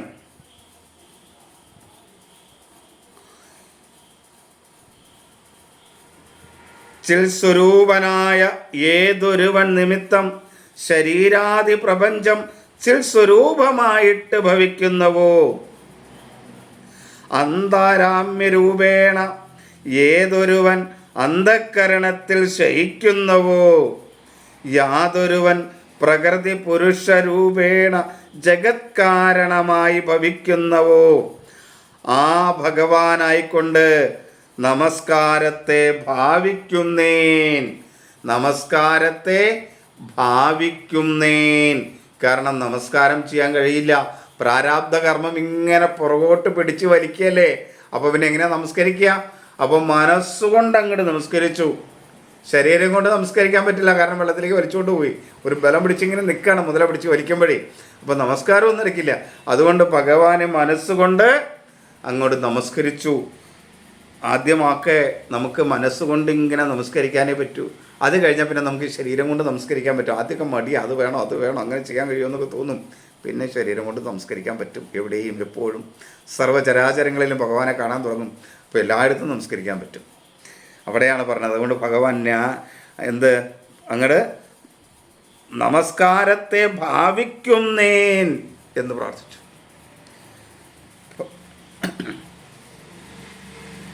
കാണപ്പെടുന്നതും കേൾക്കപ്പെടുന്നതുമായ സർവചരാചരാത്മക ലോകവും അധിഷ്ഠാന സ്വരൂപനായ യാതൊന്നിലിരിക്കുന്നവോ, കാണപ്പെടുന്നതായ സരചരാത്മകമായ സ്വരൂപമായ ചലിക്കുന്നതും ചലിക്കാത്തതുമായിട്ടുള്ള എല്ലാം അതിനകത്ത് പെടുത്താം.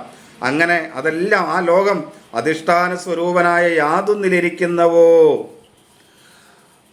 നിമിത്ത കാരണരൂപനായ യാതൊരുവനിൽ നിന്ന് വെളിപ്പെടുന്നവോ, യാതൊരുവനിൽ നിന്നാണോ ഈ കാണുന്നതെല്ലാം വെളിപ്പെടുന്നത്, ഉപകരണ ദ്രവ്യാത്മകമായ യാതൊരുവനെ കൊണ്ട് നിർമ്മിക്കപ്പെട്ടിരിക്കുന്നവോ. ഉപകരണങ്ങളൊക്കെ നിർമ്മിക്കപ്പെടുമ്പോൾ ഇപ്പോൾ സ്വർണം കൊണ്ട് നമ്മൾ മാല ഉണ്ടാക്കാം, വള ഉണ്ടാക്കാം, മോതിരം ഉണ്ടാക്കാം. അതിൻ്റെ പേര് വള, മല, മോതിരം എന്നാണ്. എന്നാൽ ഇതെല്ലാം സ്വർണമാണ്. ഭഗവാനും അങ്ങനെയാണ്. ഭഗവാൻ എന്ന് പറയുന്നത് ഒന്നാണ്, പക്ഷേ ആ ഭഗവാന്റെ രൂപമാണിതെല്ലാം. സ്വർണമാണെങ്കിലും വെള്ളിയാണെങ്കിലും മണ്ണാണെങ്കിലും വൃക്ഷങ്ങളാണെങ്കിലും മനുഷ്യരാണെങ്കിലും പ്രാണികളാണെങ്കിലും പൂച്ചയാണെങ്കിലും പട്ടിയാണെങ്കിലും എല്ലാം ഭഗവാന്റെ രൂപമാണ്. അതുകൊണ്ട് പറയുകയാണ് ഉപകരണ ദ്രവ്യാത്മകമായ ആയ യാതൊരുവനെ കൊണ്ട് നിർമ്മിക്കപ്പെട്ടിരിക്കുന്നവോ, ഈ ലോകം യാതൊരുവനായിട്ട് തന്നെ ഇരിക്കുന്നവോ, യാതൊരുവൻ സ്ഥൂലരൂപമായ കാര്യദ്രവ്യത്തിൽ നിന്നും സൂക്ഷ്മരൂപമായ കാരണദ്രവ്യത്തിൽ നിന്നും അന്യമായിട്ടിരിക്കുന്നവോ, കാര്യകാരണ ബന്ധങ്ങൾ ഒന്നും പെടാതെ അതിൽ നിന്ന് അന്യമായിട്ടിരിക്കുന്നവോ, ഏത് കാലത്തും സ്വയമേവ പ്രകാശിക്കുന്ന ആ ഭഗവാനെ ഞാൻ ശരണം പ്രാപിക്കുന്നു. ഏത് സമയത്തും എല്ലാത്തിൽ നിന്നും വിട്ട് സ്വയം പ്രകാശിപ്പിക്കുന്ന, ആരുടെയും പ്രകാശമോ ആരും അതിനെ സ്വിച്ച് ഓൺ ചെയ്യൊന്നും ചെയ്യണ്ട. സ്വയം ഭഗവാൻ ഇങ്ങനെ പ്രകാശിച്ചുകൊണ്ടിരിക്കുന്നു. ആ ഭഗവാനായിക്കൊണ്ട് എൻ്റെ നമസ്കാരം. യാതൊരുവൻ താനാകുന്ന അധിഷ്ഠാനത്താൽ സങ്കല്പമാത്രയാൽ ഈ ലോകത്തെ സൃഷ്ടികാലത്തിൽ പ്രകാശിപ്പിക്കുന്നു. പ്രളയകാലത്തിൽ സൂക്ഷ്മകാരണ രൂപേണ തൻ്റെ പ്രകൃതിയിൽ ലയിപ്പിക്കുന്നു. കാര്യമായും കാരണമായും ഇരിക്കുന്ന അത് രണ്ടിൻ്റെയും തടസ്സം കൂടാതെ എപ്പോഴും കാണുകയും ചെയ്യുന്നു. വസ്തുക്കളെ പ്രകാശിപ്പിക്കുന്ന ദൃഷ്ടിക്കും പ്രകാശത്തെ കൊടുക്കുന്നത് കൊണ്ട് പരത്തിൽ നിന്നും പരനായും അന്യകാരണത്തോടു കൂടാതെ സ്വയമേവ പ്രകാശിക്കുന്നതുമായ ആ ഭഗവാൻ എന്നെ രക്ഷിക്കട്ടെ. ഇത് ഒരു പ്രാവശ്യം കേൾക്കുമ്പോൾ ഒന്നും മനസ്സിലാവില്ല, ഒന്നുകൂടെ കേൾക്കുക. അങ്ങനെ പല പ്രാവശ്യം കേൾക്കുമ്പോൾ ഇത് കൃത്യമായിട്ട് മനസ്സിലാവും, ഒരു വാക്ക് പോലും മാറാതെ മനസ്സിലാവും. ലോകങ്ങളും ലോകപാലകന്മാരും ലോകകാരണ പരമാർത്ഥങ്ങളായ മഹതത്വാദികളും കാലത്താൽ നാശം പ്രാപിച്ചിരിക്കുമ്പോൾ ദുരാവഗാഹവും അവധിയില്ലാത്തതുമായ അന്ധകാരം അവശേഷിക്കും. ആ തമസ്സിനും മറയ്ക്കുവാൻ കഴിയുന്നവനായിട്ട് വിളങ്ങുന്ന, ആദ്യത്തിനെ പോലെ വിളങ്ങുന്ന ആ ഭഗവാനായിക്കൊണ്ട് നമസ്കാരം. കാലാന്തരത്തിൽ വരുന്ന അന്ധകാരത്തെയും മാറ്റി സ്വയം പ്രകാശിക്കുന്ന ഭഗവാനായിക്കൊണ്ട് നമസ്കാരം. രാജാതിവേഷം കെട്ടിക്കാളുന്ന നടൻ്റെ ശരിയായ സ്വരൂപത്തെ കളി കാണുന്ന സാധാരണന്മാർ അറിയാത്തതുപോലെ ബഹുസ്വരൂപനായി വിളങ്ങുന്ന യാതൊരുവൻ്റെ പരമാർത്ഥ സ്വരൂപത്തെ ദേവന്മാരും ഋഷികളും കൂടി അറിയുന്നില്ലയോ? അങ്ങനെ ഇരിക്കുന്ന ആ സ്വരൂപത്തെ അറിയാനും പ്രകാശിക്കാനും വിവരിക്കുവാനും മറ്റുള്ളവർക്ക് സാധിക്കുന്നതല്ലെന്ന് പറയണമോ? അങ്ങനെ അറിയപ്പെടാൻ സാധിക്കാത്തതായ ചരിത്രത്തോടു കൂടിയ ആ ഭഗവാനെ ഞാൻ പ്രാർത്ഥിക്കുന്നു. ആ ഭഗവാൻ എന്നെ രക്ഷിക്കട്ടെ. അറിയപ്പെടാൻ സാധിക്കാത്ത ചരിത്രത്തോടു കൂടിയ ആ ഭഗവാൻ എന്നെ രക്ഷിക്കട്ടെ. പരമ പുരുഷാർത്ഥ സ്വരൂപനാണ്. യാതൊരുവൻ്റെ മംഗളകരമായ സ്വരൂപത്തെ സാക്ഷാത്കരിപ്പിക്കാൻ ആഗ്രഹിച്ച് മുനികൾ ഭാര്യാപുത്രാദി സംഘങ്ങളെയൊക്കെ തീരെ ഉപേക്ഷിച്ച് സർവഭൂതങ്ങളെയും സമഭാവത്തോടു കൂടി നോക്കി, സർവഭൂതങ്ങളെയും എല്ലാത്തിനെയും, പട്ടി പൂച്ച ആട് കോഴി മനുഷ്യൻ മൃഗം എല്ലാത്തിനെയും ഒരേപോലെ നോക്കി, സമഭാവനയോടുകൂടി നോക്കിയും അന്ധക്കരണത്തിൽ നിന്ന് കാമക്രോധാദി വൃത്തങ്ങളെ തീരെ ഉപേക്ഷിച്ചും, ആരെങ്കിലും വഴക്ക് പറഞ്ഞാലും തല്ലിയാലും ഒക്കെ അവരോടൊന്നും വിരോധം തോന്നാതെ, അവരെ മൈൻഡ് ചെയ്യാതെ, അവരെന്ത് പറയുന്നു എന്നതിന് കാതുപോലും കൊടുക്കാതെ, അങ്ങനെ എല്ലാ കാമക്രോധാദി വൃത്തങ്ങളെയും തീരെ ഉപേക്ഷിച്ച് പരിശുദ്ധന്മാരും പരമസാധുക്കളുമായി വനത്തിൽ നിരന്തരം അസാധാരണമായ ബ്രഹ്മചര്യാവ്രതമാചരിക്കുന്നവോ ആ ഭഗവാൻ എനിക്ക് രക്ഷയായി ഭവിക്കട്ടെ. മുനികൾ എന്തിനു വേണ്ടിയാണോ തപസ്സനുഷ്ഠിക്കുന്നത്, ആരെ സാക്ഷാത്കരിക്കാൻ വേണ്ടിയാണോ, ആ ഭഗവാൻ എനിക്ക് രക്ഷയായി ഭവിക്കട്ടെ. രക്ഷയായി ആ ഭഗവാനെ എന്നെ രക്ഷിക്കട്ടെ. യാതൊരുവന് ജന്മം നിമിത്തവും ജന്മവും കർമ്മവും നിമിത്തം, അതിനാൽ ഗുണവും ദോഷവും നാമവും രൂപവുമില്ലയോ? എങ്കിലും ലോകത്തിൻ്റെ ഉൽപ്പത്തി സ്ഥിതിനാശങ്ങൾക്ക് വേണ്ടി അതാത് കാലത്തിൽ സ്വമായാശക്തി കൊണ്ട് അല്ലെങ്കിൽ സ്വമായാശക്തിയാൽ ജന്മാതിഭാവങ്ങൾ സ്വച്ഛയാ സ്വീകരിക്കുന്നവോ, രൂപരഹിതമായ ബ്രഹ്മമായും അനന്തശക്തി നിമിത്തം അനേക രൂപങ്ങൾ സ്വീകരിച്ചും അത്യാശ്ചര്യകരങ്ങളായ കർമ്മങ്ങൾ അനുഷ്ഠിച്ചുവരിക്കുന്ന ആ പരമേശ്വരനായിക്കൊണ്ട് നമസ്കാരം.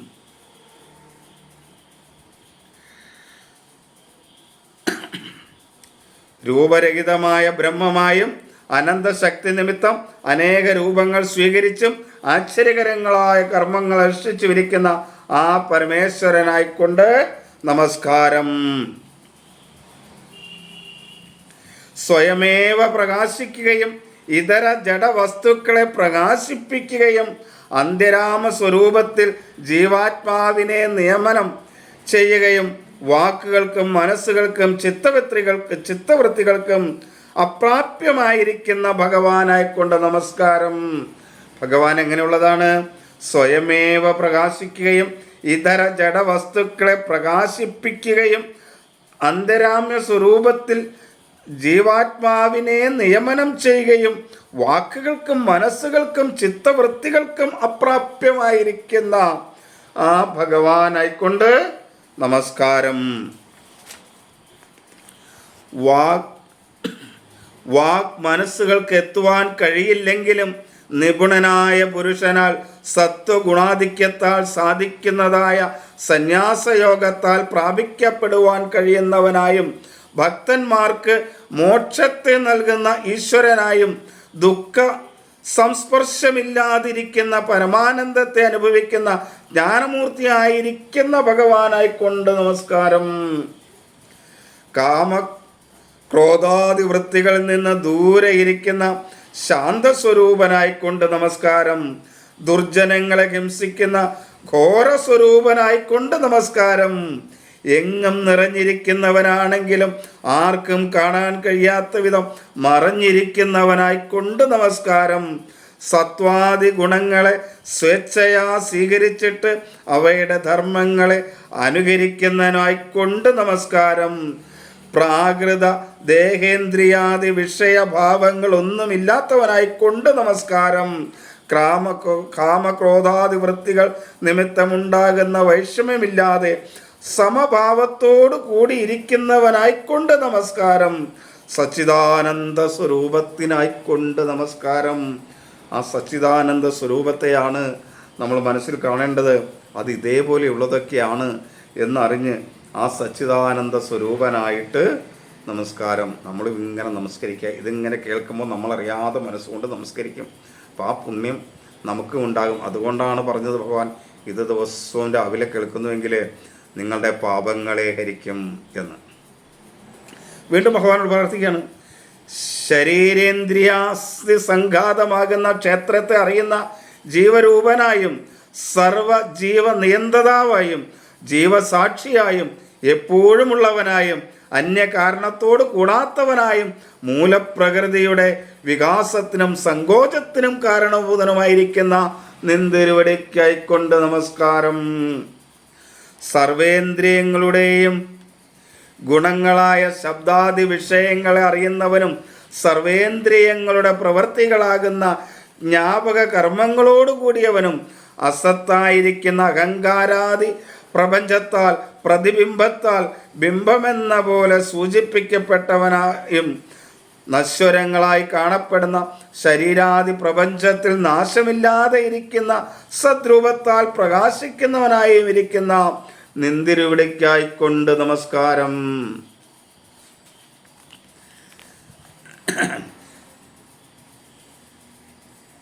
നിന്തിരുവടി സർവപ്രപഞ്ചത്തിനും കാരണമാകുന്നുവെങ്കിലും അങ്ങേക്ക് മറ്റു കാരണമില്ലാതെയുമിരിക്കുന്നു.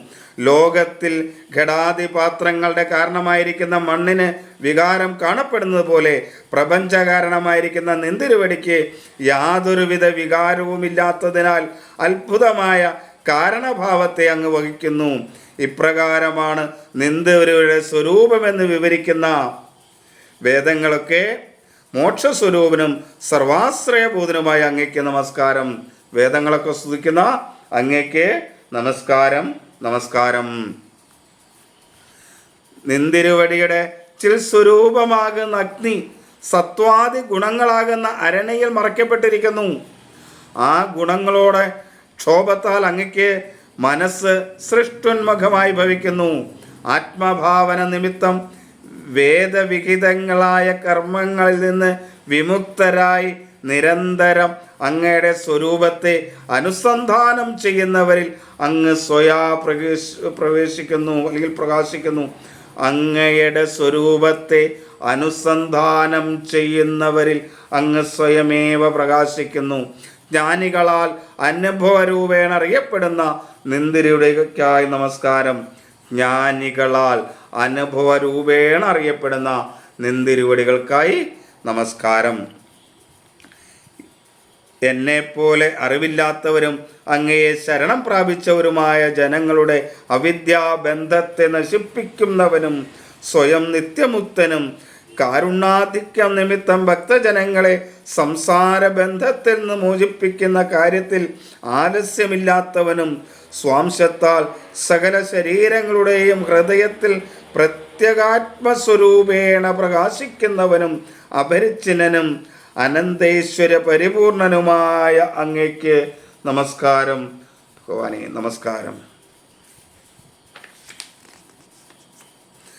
ഭഗവാൻ എല്ലാ ജനങ്ങളുടെയും ഹൃദയത്തിൽ വസിക്കുന്നുവെങ്കിലും പുത്രന്മാർ, ബന്ധുക്കൾ, ഭവനം, ധനാദികൾ, ഭൃത്യാദി ജനങ്ങൾ ഇവരിൽ ആസക്തന്മാരായവർക്ക് ഭഗവത് സ്വരൂപത്തെ അറിയാൻ കഴിയുന്നതല്ല. ഭഗവാൻ എല്ലാത്തിലും ഉണ്ട്. പക്ഷെ നമ്മൾ ഭഗവാനിൽ നിന്ന് വിട്ട് മറ്റെന്തിനെങ്കിലും ആസക്തമായാൽ ഭഗവാനെ അറിയാൻ കഴിയില്ല. എന്തുകൊണ്ടെന്നാൽ ഭഗവാൻ ഗുണകാര്യങ്ങളായ ശരീരാദികളിൽ സംഘമില്ലാത്തവനാകുന്നു. അതുപോലെ തന്നെ ഗുണകാര്യങ്ങളിലുള്ള സംഘത്തെ വിട്ടിരിക്കുന്ന മനസ്സോടുകൂടിയവരിൽ അവരുടെ ഹൃദയത്തിൽ നിരന്തരം ഭവിക്കപ്പെടുന്നവരുമാകുന്നു. ആ ഭാവനയാൽ അറിയപ്പെടുന്ന ജ്ഞാനസ്വരൂപനും ഐശ്വര്യ പരിപൂർണനുമായ ഭഗവാനായിക്കൊണ്ട് നമസ്കാരം. ആ ജ്ഞാനഭാവനയാൽ അറിയപ്പെടുന്ന ഭഗവാനായിക്കൊണ്ട് നമസ്കാരം.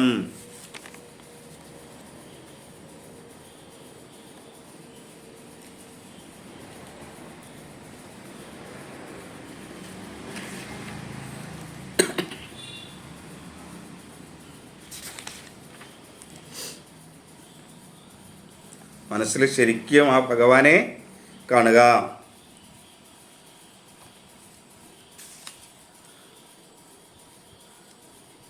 ഭഗവാനെ ധർമാർത്ഥ കാമമോക്ഷങ്ങളെ ആഗ്രഹിക്കുന്നവർ യാതൊരുവിനെ ഭജിക്കുന്നത് കൊണ്ട് അവരുടെ ഇഷ്ടഫലത്തെ പ്രാപിക്കുന്നുവോ?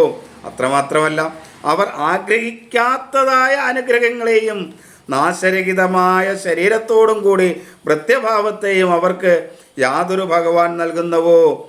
അപാര കരുണയോടുകൂടിയ ആ പരമേശ്വരൻ എന്നെ ഈ ബന്ധത്തിൽ നിന്നും മോചിപ്പിക്കണമേ.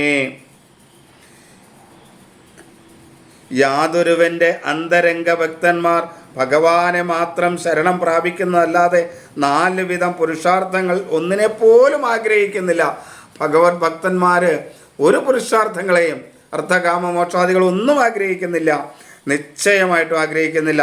ജന്മാന്തരങ്ങളിൽ ചെയ്ത സകല ദുരിതങ്ങളെയും തീർത്ത് പരിശുദ്ധി വരുത്തുന്നതും അത്യത്ഭുതവുമായ ഭഗവചരിത്രത്തെ ഗാനം ചെയ്യുന്നത് കൊണ്ട് തന്നെ അവർ പരമാനന്ദ സമുദ്രത്തിൽ മുങ്ങിയവരായിട്ട് കാലം കഴിക്കുന്നു.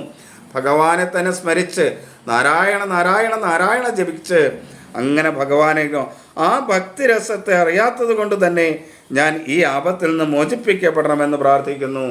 എനിക്ക് ആ ഭക്തിരസമൊന്നും അറിയില്ല ഭഗവാനെ, എങ്കിലും ഭഗവാൻ എന്നെ ഇതിൽ നിന്ന് മോചിപ്പിക്കണമേ എന്ന് പ്രാർത്ഥിക്കുന്നു.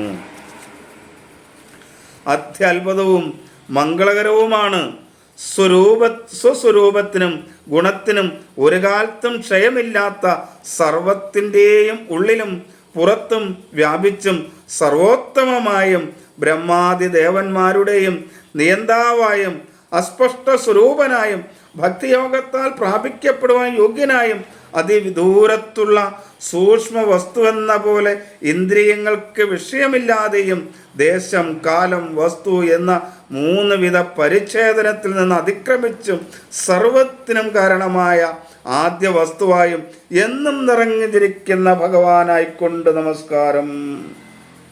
ഭഗവാനെ പരിപൂർണനെന്ന് പരിപൂർണനായി തീർന്ന ബ്രഹ്മാദി ദേവന്മാർ, വേദങ്ങൾ, ചരാചരങ്ങളായ ലോകങ്ങൾ എന്നിവയെല്ലാം നാമരൂപഭേദങ്ങളോടുകൂടി യാതൊരുവൻ്റെ അല്പമായ അംശത്തിൽ ഉണ്ടാക്കപ്പെട്ടവയാകുന്നു. അവനായിക്കൊണ്ട് നമസ്കാരം. ഭഗവാനിൽ നിന്ന് ഈ ലോകങ്ങൾ ഉണ്ടാകുന്നു. അഗ്നിയിൽ നിന്ന് സ്ഫുലിംഗങ്ങൾ എന്ന പോലെ നിരന്തരമായും സൂര്യനിൽ നിന്ന് കിരണങ്ങൾ എന്ന പോലെ അവധിയില്ലാതെയും ബുദ്ധി, മനസ്സ്, ഇന്ദ്രിയങ്ങൾ, മാനുഷാദി ശരീരങ്ങൾ എന്നീ രൂപത്തിൽ കാണപ്പെടുന്ന ഗുണപരിണാമരൂപമായ ഈ പ്രപഞ്ചം യാതൊരുവനിൽ നിന്ന് പുറപ്പെടുകയും യാതൊരുവനിൽ തന്നെ ലയിക്കുകയും ചെയ്യുന്നുവോ ആ ഭഗവാനായിക്കൊണ്ട് നമസ്കാരം. ആ ഭഗവാൻ ദേവനോ അസുരനോ മനുഷ്യനോ തിരക്കോ സ്ത്രീയോ പുരുഷനോ ദമുസ്സകമോ ഏതോ വിധത്തിലുള്ള പ്രാണി മാത്രമോ ഗുണപരിണാമമോ കർമ്മത്താൽ ഉണ്ടാക്കപ്പെട്ടതോ സ്ഥൂലമോ സൂക്ഷ്മമോ ഒന്നുമല്ല. എല്ലാറ്റിനെയും നിഷേധാവധൂതനും മായ നിമിത്തം അശേഷ സ്വരൂപനുമായിരിക്കുന്ന ആ ഭഗവാൻ എൻ്റെ മുമ്പിൽ പ്രത്യക്ഷനായി വരേണമേ.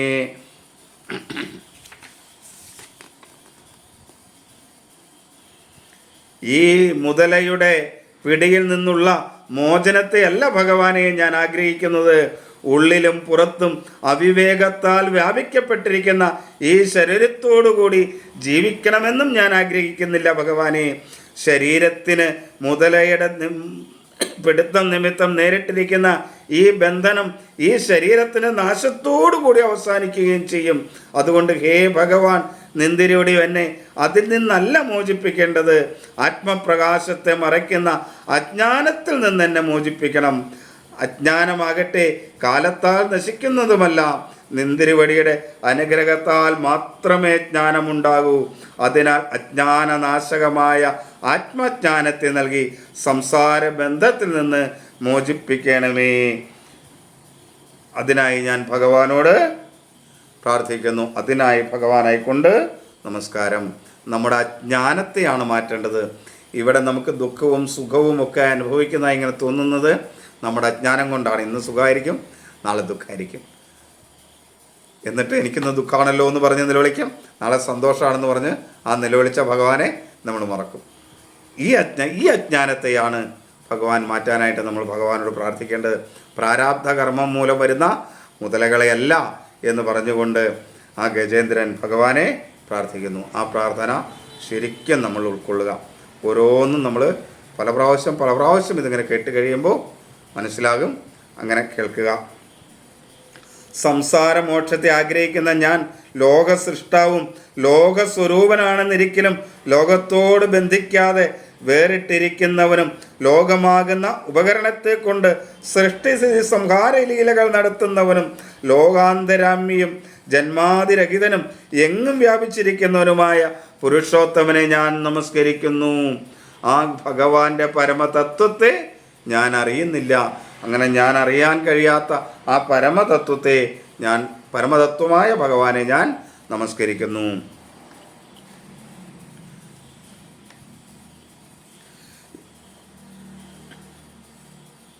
അടുക്കാൻ കഴിയാത്ത രാഗദ്വേഷാദി ലക്ഷണ ബലത്തോടു കൂടിയ സത്വ രജോ തമോ ഗുണങ്ങളടങ്ങിയ മായാശക്തിയാൽ സകല ജനങ്ങളുടെയും മനസ്സിനെ മോഹിപ്പിക്കുന്നവനായി അന്തർഭാഗത്തിലും സ്വേദേന്ദ്രാദികളായ ഇന്ദ്രിയങ്ങളുടെ വിഷയങ്ങളായ ശബ്ദാദികളായിട്ട് ഇന്ദ്രിയങ്ങളെ മോഹിക്കുന്നവനായി പുറമേയും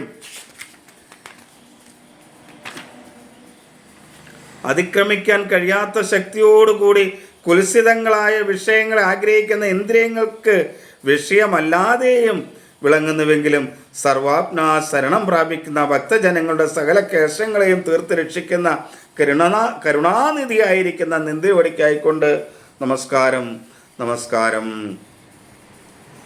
ഇങ്ങനെ ഗജേന്ദ്രൻ ആ പൂർവജന്മ സൗഹൃദം കൊണ്ട്, പൂർവജന്മഫലം കൊണ്ട്, പ്രാരാബ്ധ ബലം കൊണ്ട്, പ്രാരാബ്ധ പുണ്യം കൊണ്ട് ഓർമ്മ വന്ന ആ ഹരിയെ പ്രാർത്ഥിക്കുകയാണ്, വിഷ്ണു ഭഗവാനെ പ്രാർത്ഥിക്കുകയാണ്. ഇത് നമ്മൾ ദിവസവും ഇങ്ങനെ കേട്ടാൽ നമ്മളും അറിയാതെ ഭഗവാനെ പ്രാർത്ഥിക്കും. ഇതിങ്ങനെ കേൾക്കുന്നത് തന്നെ സ്തുതിയാണ്. ഈ സ്തുതിയിൽ നമ്മളിങ്ങനെ കേൾക്കുമ്പോൾ നമ്മുടെ മനസ്സും ആ ഭഗവാന്റെ പ്രാർത്ഥനയിലേക്ക് മുഴുകും. അതിലൂടെ നമ്മുടെ പ്രാരാബ്ധ കർമ്മവും കുറയും. ഇങ്ങനെ പ്രാർത്ഥിച്ചിട്ട് യാതൊരുവൻ്റെ ശക്തമായ മായ നിമിത്തം മോഹിച്ചിരിക്കുന്ന ജനം ശരീരഭാവനയാൽ മറയ്ക്കപ്പെട്ടിരിക്കുന്ന ആത്മസ്വരൂപത്തെ അറിയാതിരിക്കുന്നുവോ, ആരാലും അതിക്രമിക്കാൻ കഴിയാത്ത മാഹാത്മ്യത്തോടു കൂടിയ ആ ഭഗവാനെ ഞാൻ ശരണം പ്രാപിക്കുന്നു. യാതൊരുവൻ്റെ ശക്തിയായ മായ നിമിത്തം മോഹിച്ചിരിക്കുന്ന ജനം ശരീരഭാവനയാൽ മറയ്ക്കപ്പെട്ടിരിക്കുന്ന ആത്മസ്വരൂപത്തെ അറിയാതിരിക്കുന്നുവോ, ആരാലും അതിക്രമിക്കാൻ കഴിയാത്ത ആ മാഹാത്മ്യത്തോടു കൂടിയ ഭഗവാനെ ഞാൻ ശരണം പ്രാപിക്കുന്നു. ഇത്രയും പ്രാർത്ഥിക്കുമ്പോൾ സുഖമഹർഷി പറയാണ്,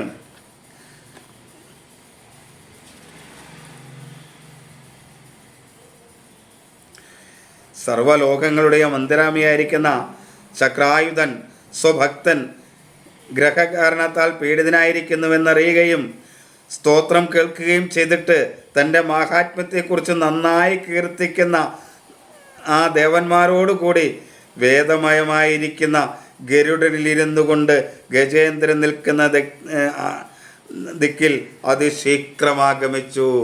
തൻ്റെ ഭക്തൻ്റെ ആ പ്രാർത്ഥന ഭഗവാൻ കേട്ടു. ഭഗവാൻ ഗരുഡവാഹനനായി ഗജേന്ദ്രൻ നിൽക്കുന്ന ദിക്കിലേക്ക് പെട്ടെന്ന് വന്നു.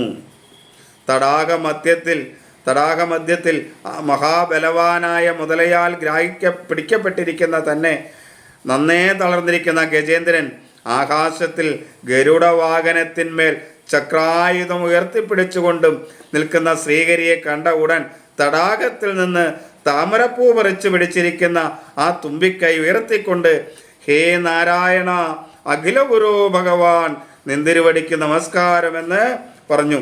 നാരായണ അഖില ഗുരു ഭഗവാൻ നമസ്തേ, നാരായണ അഖില ഗുരു ഭഗവാൻ നമസ്തേ, നാരായണ അഖില ഗുരു ഭഗവാൻ നമസ്തേ എന്നിങ്ങനെ പ്രാർത്ഥിച്ചുകൊണ്ടേയിരുന്നു. ആ ഒരു താമര തൻ്റെ തുമ്പിക്കൈയിൽ ഇങ്ങനെ പൊക്കിപ്പിടിച്ചുകൊണ്ട് പ്രാർത്ഥിച്ചു. ജന്മനാശാദി ഭാവങ്ങളില്ലാത്ത നിത്യാനന്ദ സ്വരൂപനായ ശ്രീഹരി ആ ഗജം നന്നേ സങ്കടം അനുഭവിക്കുന്നതായി കണ്ട ഉടനെ കാരുണ്യത്താൽ ഗരുഡവേഗം പോരെന്ന് തോന്നിയിട്ട് അവിടെ നിന്ന് ഇറങ്ങി ഗജേന്ദ്രൻ ഉയർത്തിപ്പിടിച്ചിരിക്കുന്ന തുമ്പിക്കൈയിൽ പിടിച്ച് തടാകത്തിൽ നിന്ന് കരയിലേക്ക് വലിച്ചു. ആനയോടുകൂടി ആ മുതലയും കരയിലേക്ക് വന്നു. ഉടനെ ചക്രം കൊണ്ട് ഗ്രാഹത്തിൻ്റെ മുഖം പിളർന്ന് എന്ന് പറഞ്ഞാൽ മുതലയുടെ മുഖം പിളർന്ന് ഗജേന്ദ്രനെ മുതലയുടെ വായിൽ നിന്ന് വേർപെടുത്തി. ദേവന്മാരെല്ലാം കണ്ടുകൊണ്ട് നിന്നു. ആ പ്രാരാബ്ധ കർമ്മത്തിൽ നിന്ന് ഭഗവാൻ ഗജേന്ദ്രനെ മോചിപ്പിച്ചു. അതേപോലെ നമ്മളുടെ പ്രാരാബ്ധ കർമ്മത്തിൽ നിന്ന് ഇതിങ്ങനെ തുടർച്ചയായി കേട്ടുകൊണ്ടിരുന്ന എല്ലാ ദിവസവും കേട്ടുകൊണ്ടിരുന്നാൽ ഭഗവാൻ നമ്മെയും നമ്മുടെ പ്രാരാബ്ധ കർമ്മത്തിൽ നിന്ന് മോചിപ്പിക്കും. ഇനി പറയുന്നത് ഭഗവാൻ തന്നെ ഇത് ഇങ്ങനെ വായിച്ചു കൊണ്ടിരുന്നാൽ ഇതെങ്ങനെയാണ് നമ്മൾ കേൾക്കേണ്ടത്, ദിവസവും ഇതെങ്ങനെയാണ് കേൾക്കേണ്ടത് എന്ത് സങ്കല്പത്തോടെയാണ് കേൾക്കേണ്ടതെന്നാണ് ഇനി ഭഗവാൻ നമ്മളോട് പറയാൻ പോകുന്നത്. ഈ പ്രാർത്ഥന നമ്മൾ പ്രാർത്ഥിക്കുന്നതായി സങ്കല്പിച്ച് നമ്മുടെ പ്രാരാബ്ധ കർമ്മങ്ങൾ ഒഴിവാക്കുന്നതിന് വേണ്ടി നമ്മൾ പ്രാർത്ഥിക്കുന്നതായി സങ്കല്പിച്ച് വേണം ഈ പ്രാർത്ഥനകളെ നമ്മൾ ദിവസവും ഇത് കേൾക്കാൻ.